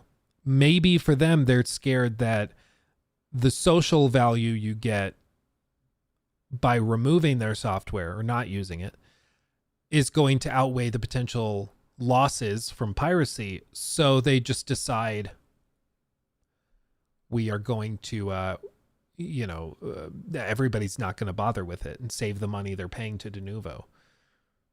Because like I can imagine if I chart this out very scientifically, like if our expected revenue is like this much, okay, maybe we do it like this. So it's like we're going to make this much money. Okay, this is the total revenue. With Denuvo, they pay a little bit to Denuvo over here, so they lose some money there, but they're making all of this cash. So ultimately, they're happy. The publisher's happy. Yeah, they paid some to Denuvo, but they made up a ton. But maybe what it is by getting rid of Denuvo, they actually lose some money to piracy. Let's do like, orange. They lose some money to piracy, but not much. And they actually sell more copies because people are so excited over it that they actually end up making more money than they would have otherwise. Even if the loss to piracy is really big, to the point where they lose a much bigger chunk than they were paying Denuvo, if that gains them enough sales, it just through goodwill, they probably still end up ahead. So they're probably still happy. And then they didn't have to pay this money up front. Like they just made more money and didn't have to put Denuvo, and they got goodwill with their fans and with their customers. So they're happy. And this probably is what terrifies them, is that this could happen. Is that piracy could still take a huge chunk out, sure. But if they earn enough goodwill with customers, it doesn't matter. Maybe that's what he's really terrified of. So he's like, let's get on gamers' good side. Like, can you imagine? I cannot fathom a world in which people are excited to hear that Denuvo is included. Like, can you even imagine a world in which that would be the case? I have no idea what world that would be, but a funny one, I bet. Like, it's just, at the end of the day, it is something that, he's trying to say it actually does help the gaming community, because the gaming community gets games they wouldn't have gotten otherwise because the games can make more money. But again, that presumes that that's true in the first place. That's why I want to read that research paper. Because if it is the case that launching without Denuvo leads to 15% lost revenue, that is a big deal. That's a big deal. Just frankly, that's huge. If that article is true and accurate, or if that paper is accurate. But time will tell. I have to read it. I have to investigate it. The paper admits to using data from a subreddit. No way. Okay, I'm excited to read through that though. Okay, now I want to. It's a very scientific paper. Let's look to Reddit. Yeah, just because this paper doesn't mean it's actually a legitimate study. Yeah, no, it depends on where it's published. It depends on who published it. It depends on the research within it. It depends on whether or not it's peer reviewed. Like, there's a lot of groups. Like, for example, the Institute for Creation Research publishes lots of papers on how the Earth is only 6,000 years old. When there are literal trees on Earth today that are older than that. But they have papers. They're not peer reviewed. They're not posted to legitimate journals, but those things exist. Like those are out there. So just because there's a paper doesn't mean that it's true. You're absolutely right. Anyway, with Denuvo, I don't know what else to say. It's just, you guys are trying, but call me crazy. I don't think the gaming community is going to magically fall in love with you. And I think this is just a lost cause, like that Discord server. So maybe just focus on making Denuvo, court the publishers, and you got a good gig. Don't mess it up. Because nobody's really talking about Denuvo. Nobody really talks about it. You just put it in the game. People are used to it. Most gamers don't even know what Denuvo is. Go that way. The second you start stirring this pot, you're going to stir up the wasp's nest. And I think if Denuvo had a bad reputation to begin with, doing this stuff is only going to make it worse. So like, just take the advice. Go away. It's a lost cause. Okay. It's a lost cause. It's not going to work. $15 on Green Man Gaming is it worth it? Yeah, if you like Harry Potter, yeah. And even if you aren't and you're just kind of tangentially interested, I think it's worth $15. Hogwarts Legacy. Yeah. Why are you giving them advice? My advice is for them to go away. I mean, if they continue stirring this pot, I think it's just going to become like a new topic in games press, is Denuvo trying to take a bigger role in the industry, and I think that goes poorly. And if anything, it could end up with like more publishers choosing to cut their software out of games for the goodwill they will get from it. So if they want to keep stirring the plank, wow. If they want to keep stirring the pot, cool. I saw you say Denuvo walk the plank. So stir the plank. Do it. Oh, man. Most people who pirate games, me included, do it because we couldn't afford it. I lived in Syria most of my life, and the game over there costs around a third of the average monthly salary. Yeah, it's going back to what Gabe said. It's a service issue. If all of the levels and layers of imports and tariffs and this and that drives the cost up, forces people into a position where the only way they can play games is to pirate it, that it's not really a cost issue. It's the service issue of providing the game to you, you know? And so even that, like, I still think falls back on the service issue. Sounds like there needs to be a better way of distributing games to that population. Yeah, that's why we have regional pricing. That's true. But regional pricing also runs into all sorts of problems, as I'm sure our Australian friends could tell us. Poor Australia, man. You guys get shafted when it comes to regional pricing. That and people in New Zealand. It's a bad time. Like, you got your shrimp on the bobby, but then you've also got like a standard game is like $1,500. It's crazy. Okay, it's not, but like, you get what I mean. It's like 100, 120. Anyway, my family, I'm going to call it there. I'm going to go and I'm going to use the restroom, and then I'm going to eat food, for I am hungry. I am going to have a great weekend. I hope you guys have a great weekend as well, as it gets to be fall. Come Monday, my expectation is we will have Dragon Age the Veilguard to review. We will review the reviews and have fun while doing it. I'm looking forward to it. And then also on Monday, the Monster Hunter beta should be opening. Beta. And I expect that we will play it. I hope it launches in the morning. I'm not sure what the times were. Did I retweet that? Maybe. It's... Oh, damn it. Let's see. What time zone did they say? Oh, it's Pacific. It opens at 9 p.m. Okay, so we won't be able to play it on Monday because our streams are in the middle of the day. But maybe a Tuesday or Wednesday stream, we could play the beta. We could do that. That could be fun. Anyway, everybody have a wonderful, wonderful weekend. Thank you so much for making my dreams a reality every single day. You are all amazing. Much love. I'll see you on the other side of the weekend. Okay. Go outside, touch some leaves, make you feel real good, especially the dry ones where it's crinkly. Go crinkle a leaf just for me. Do it. You won't. Pussy. Bye. Much love. Bye.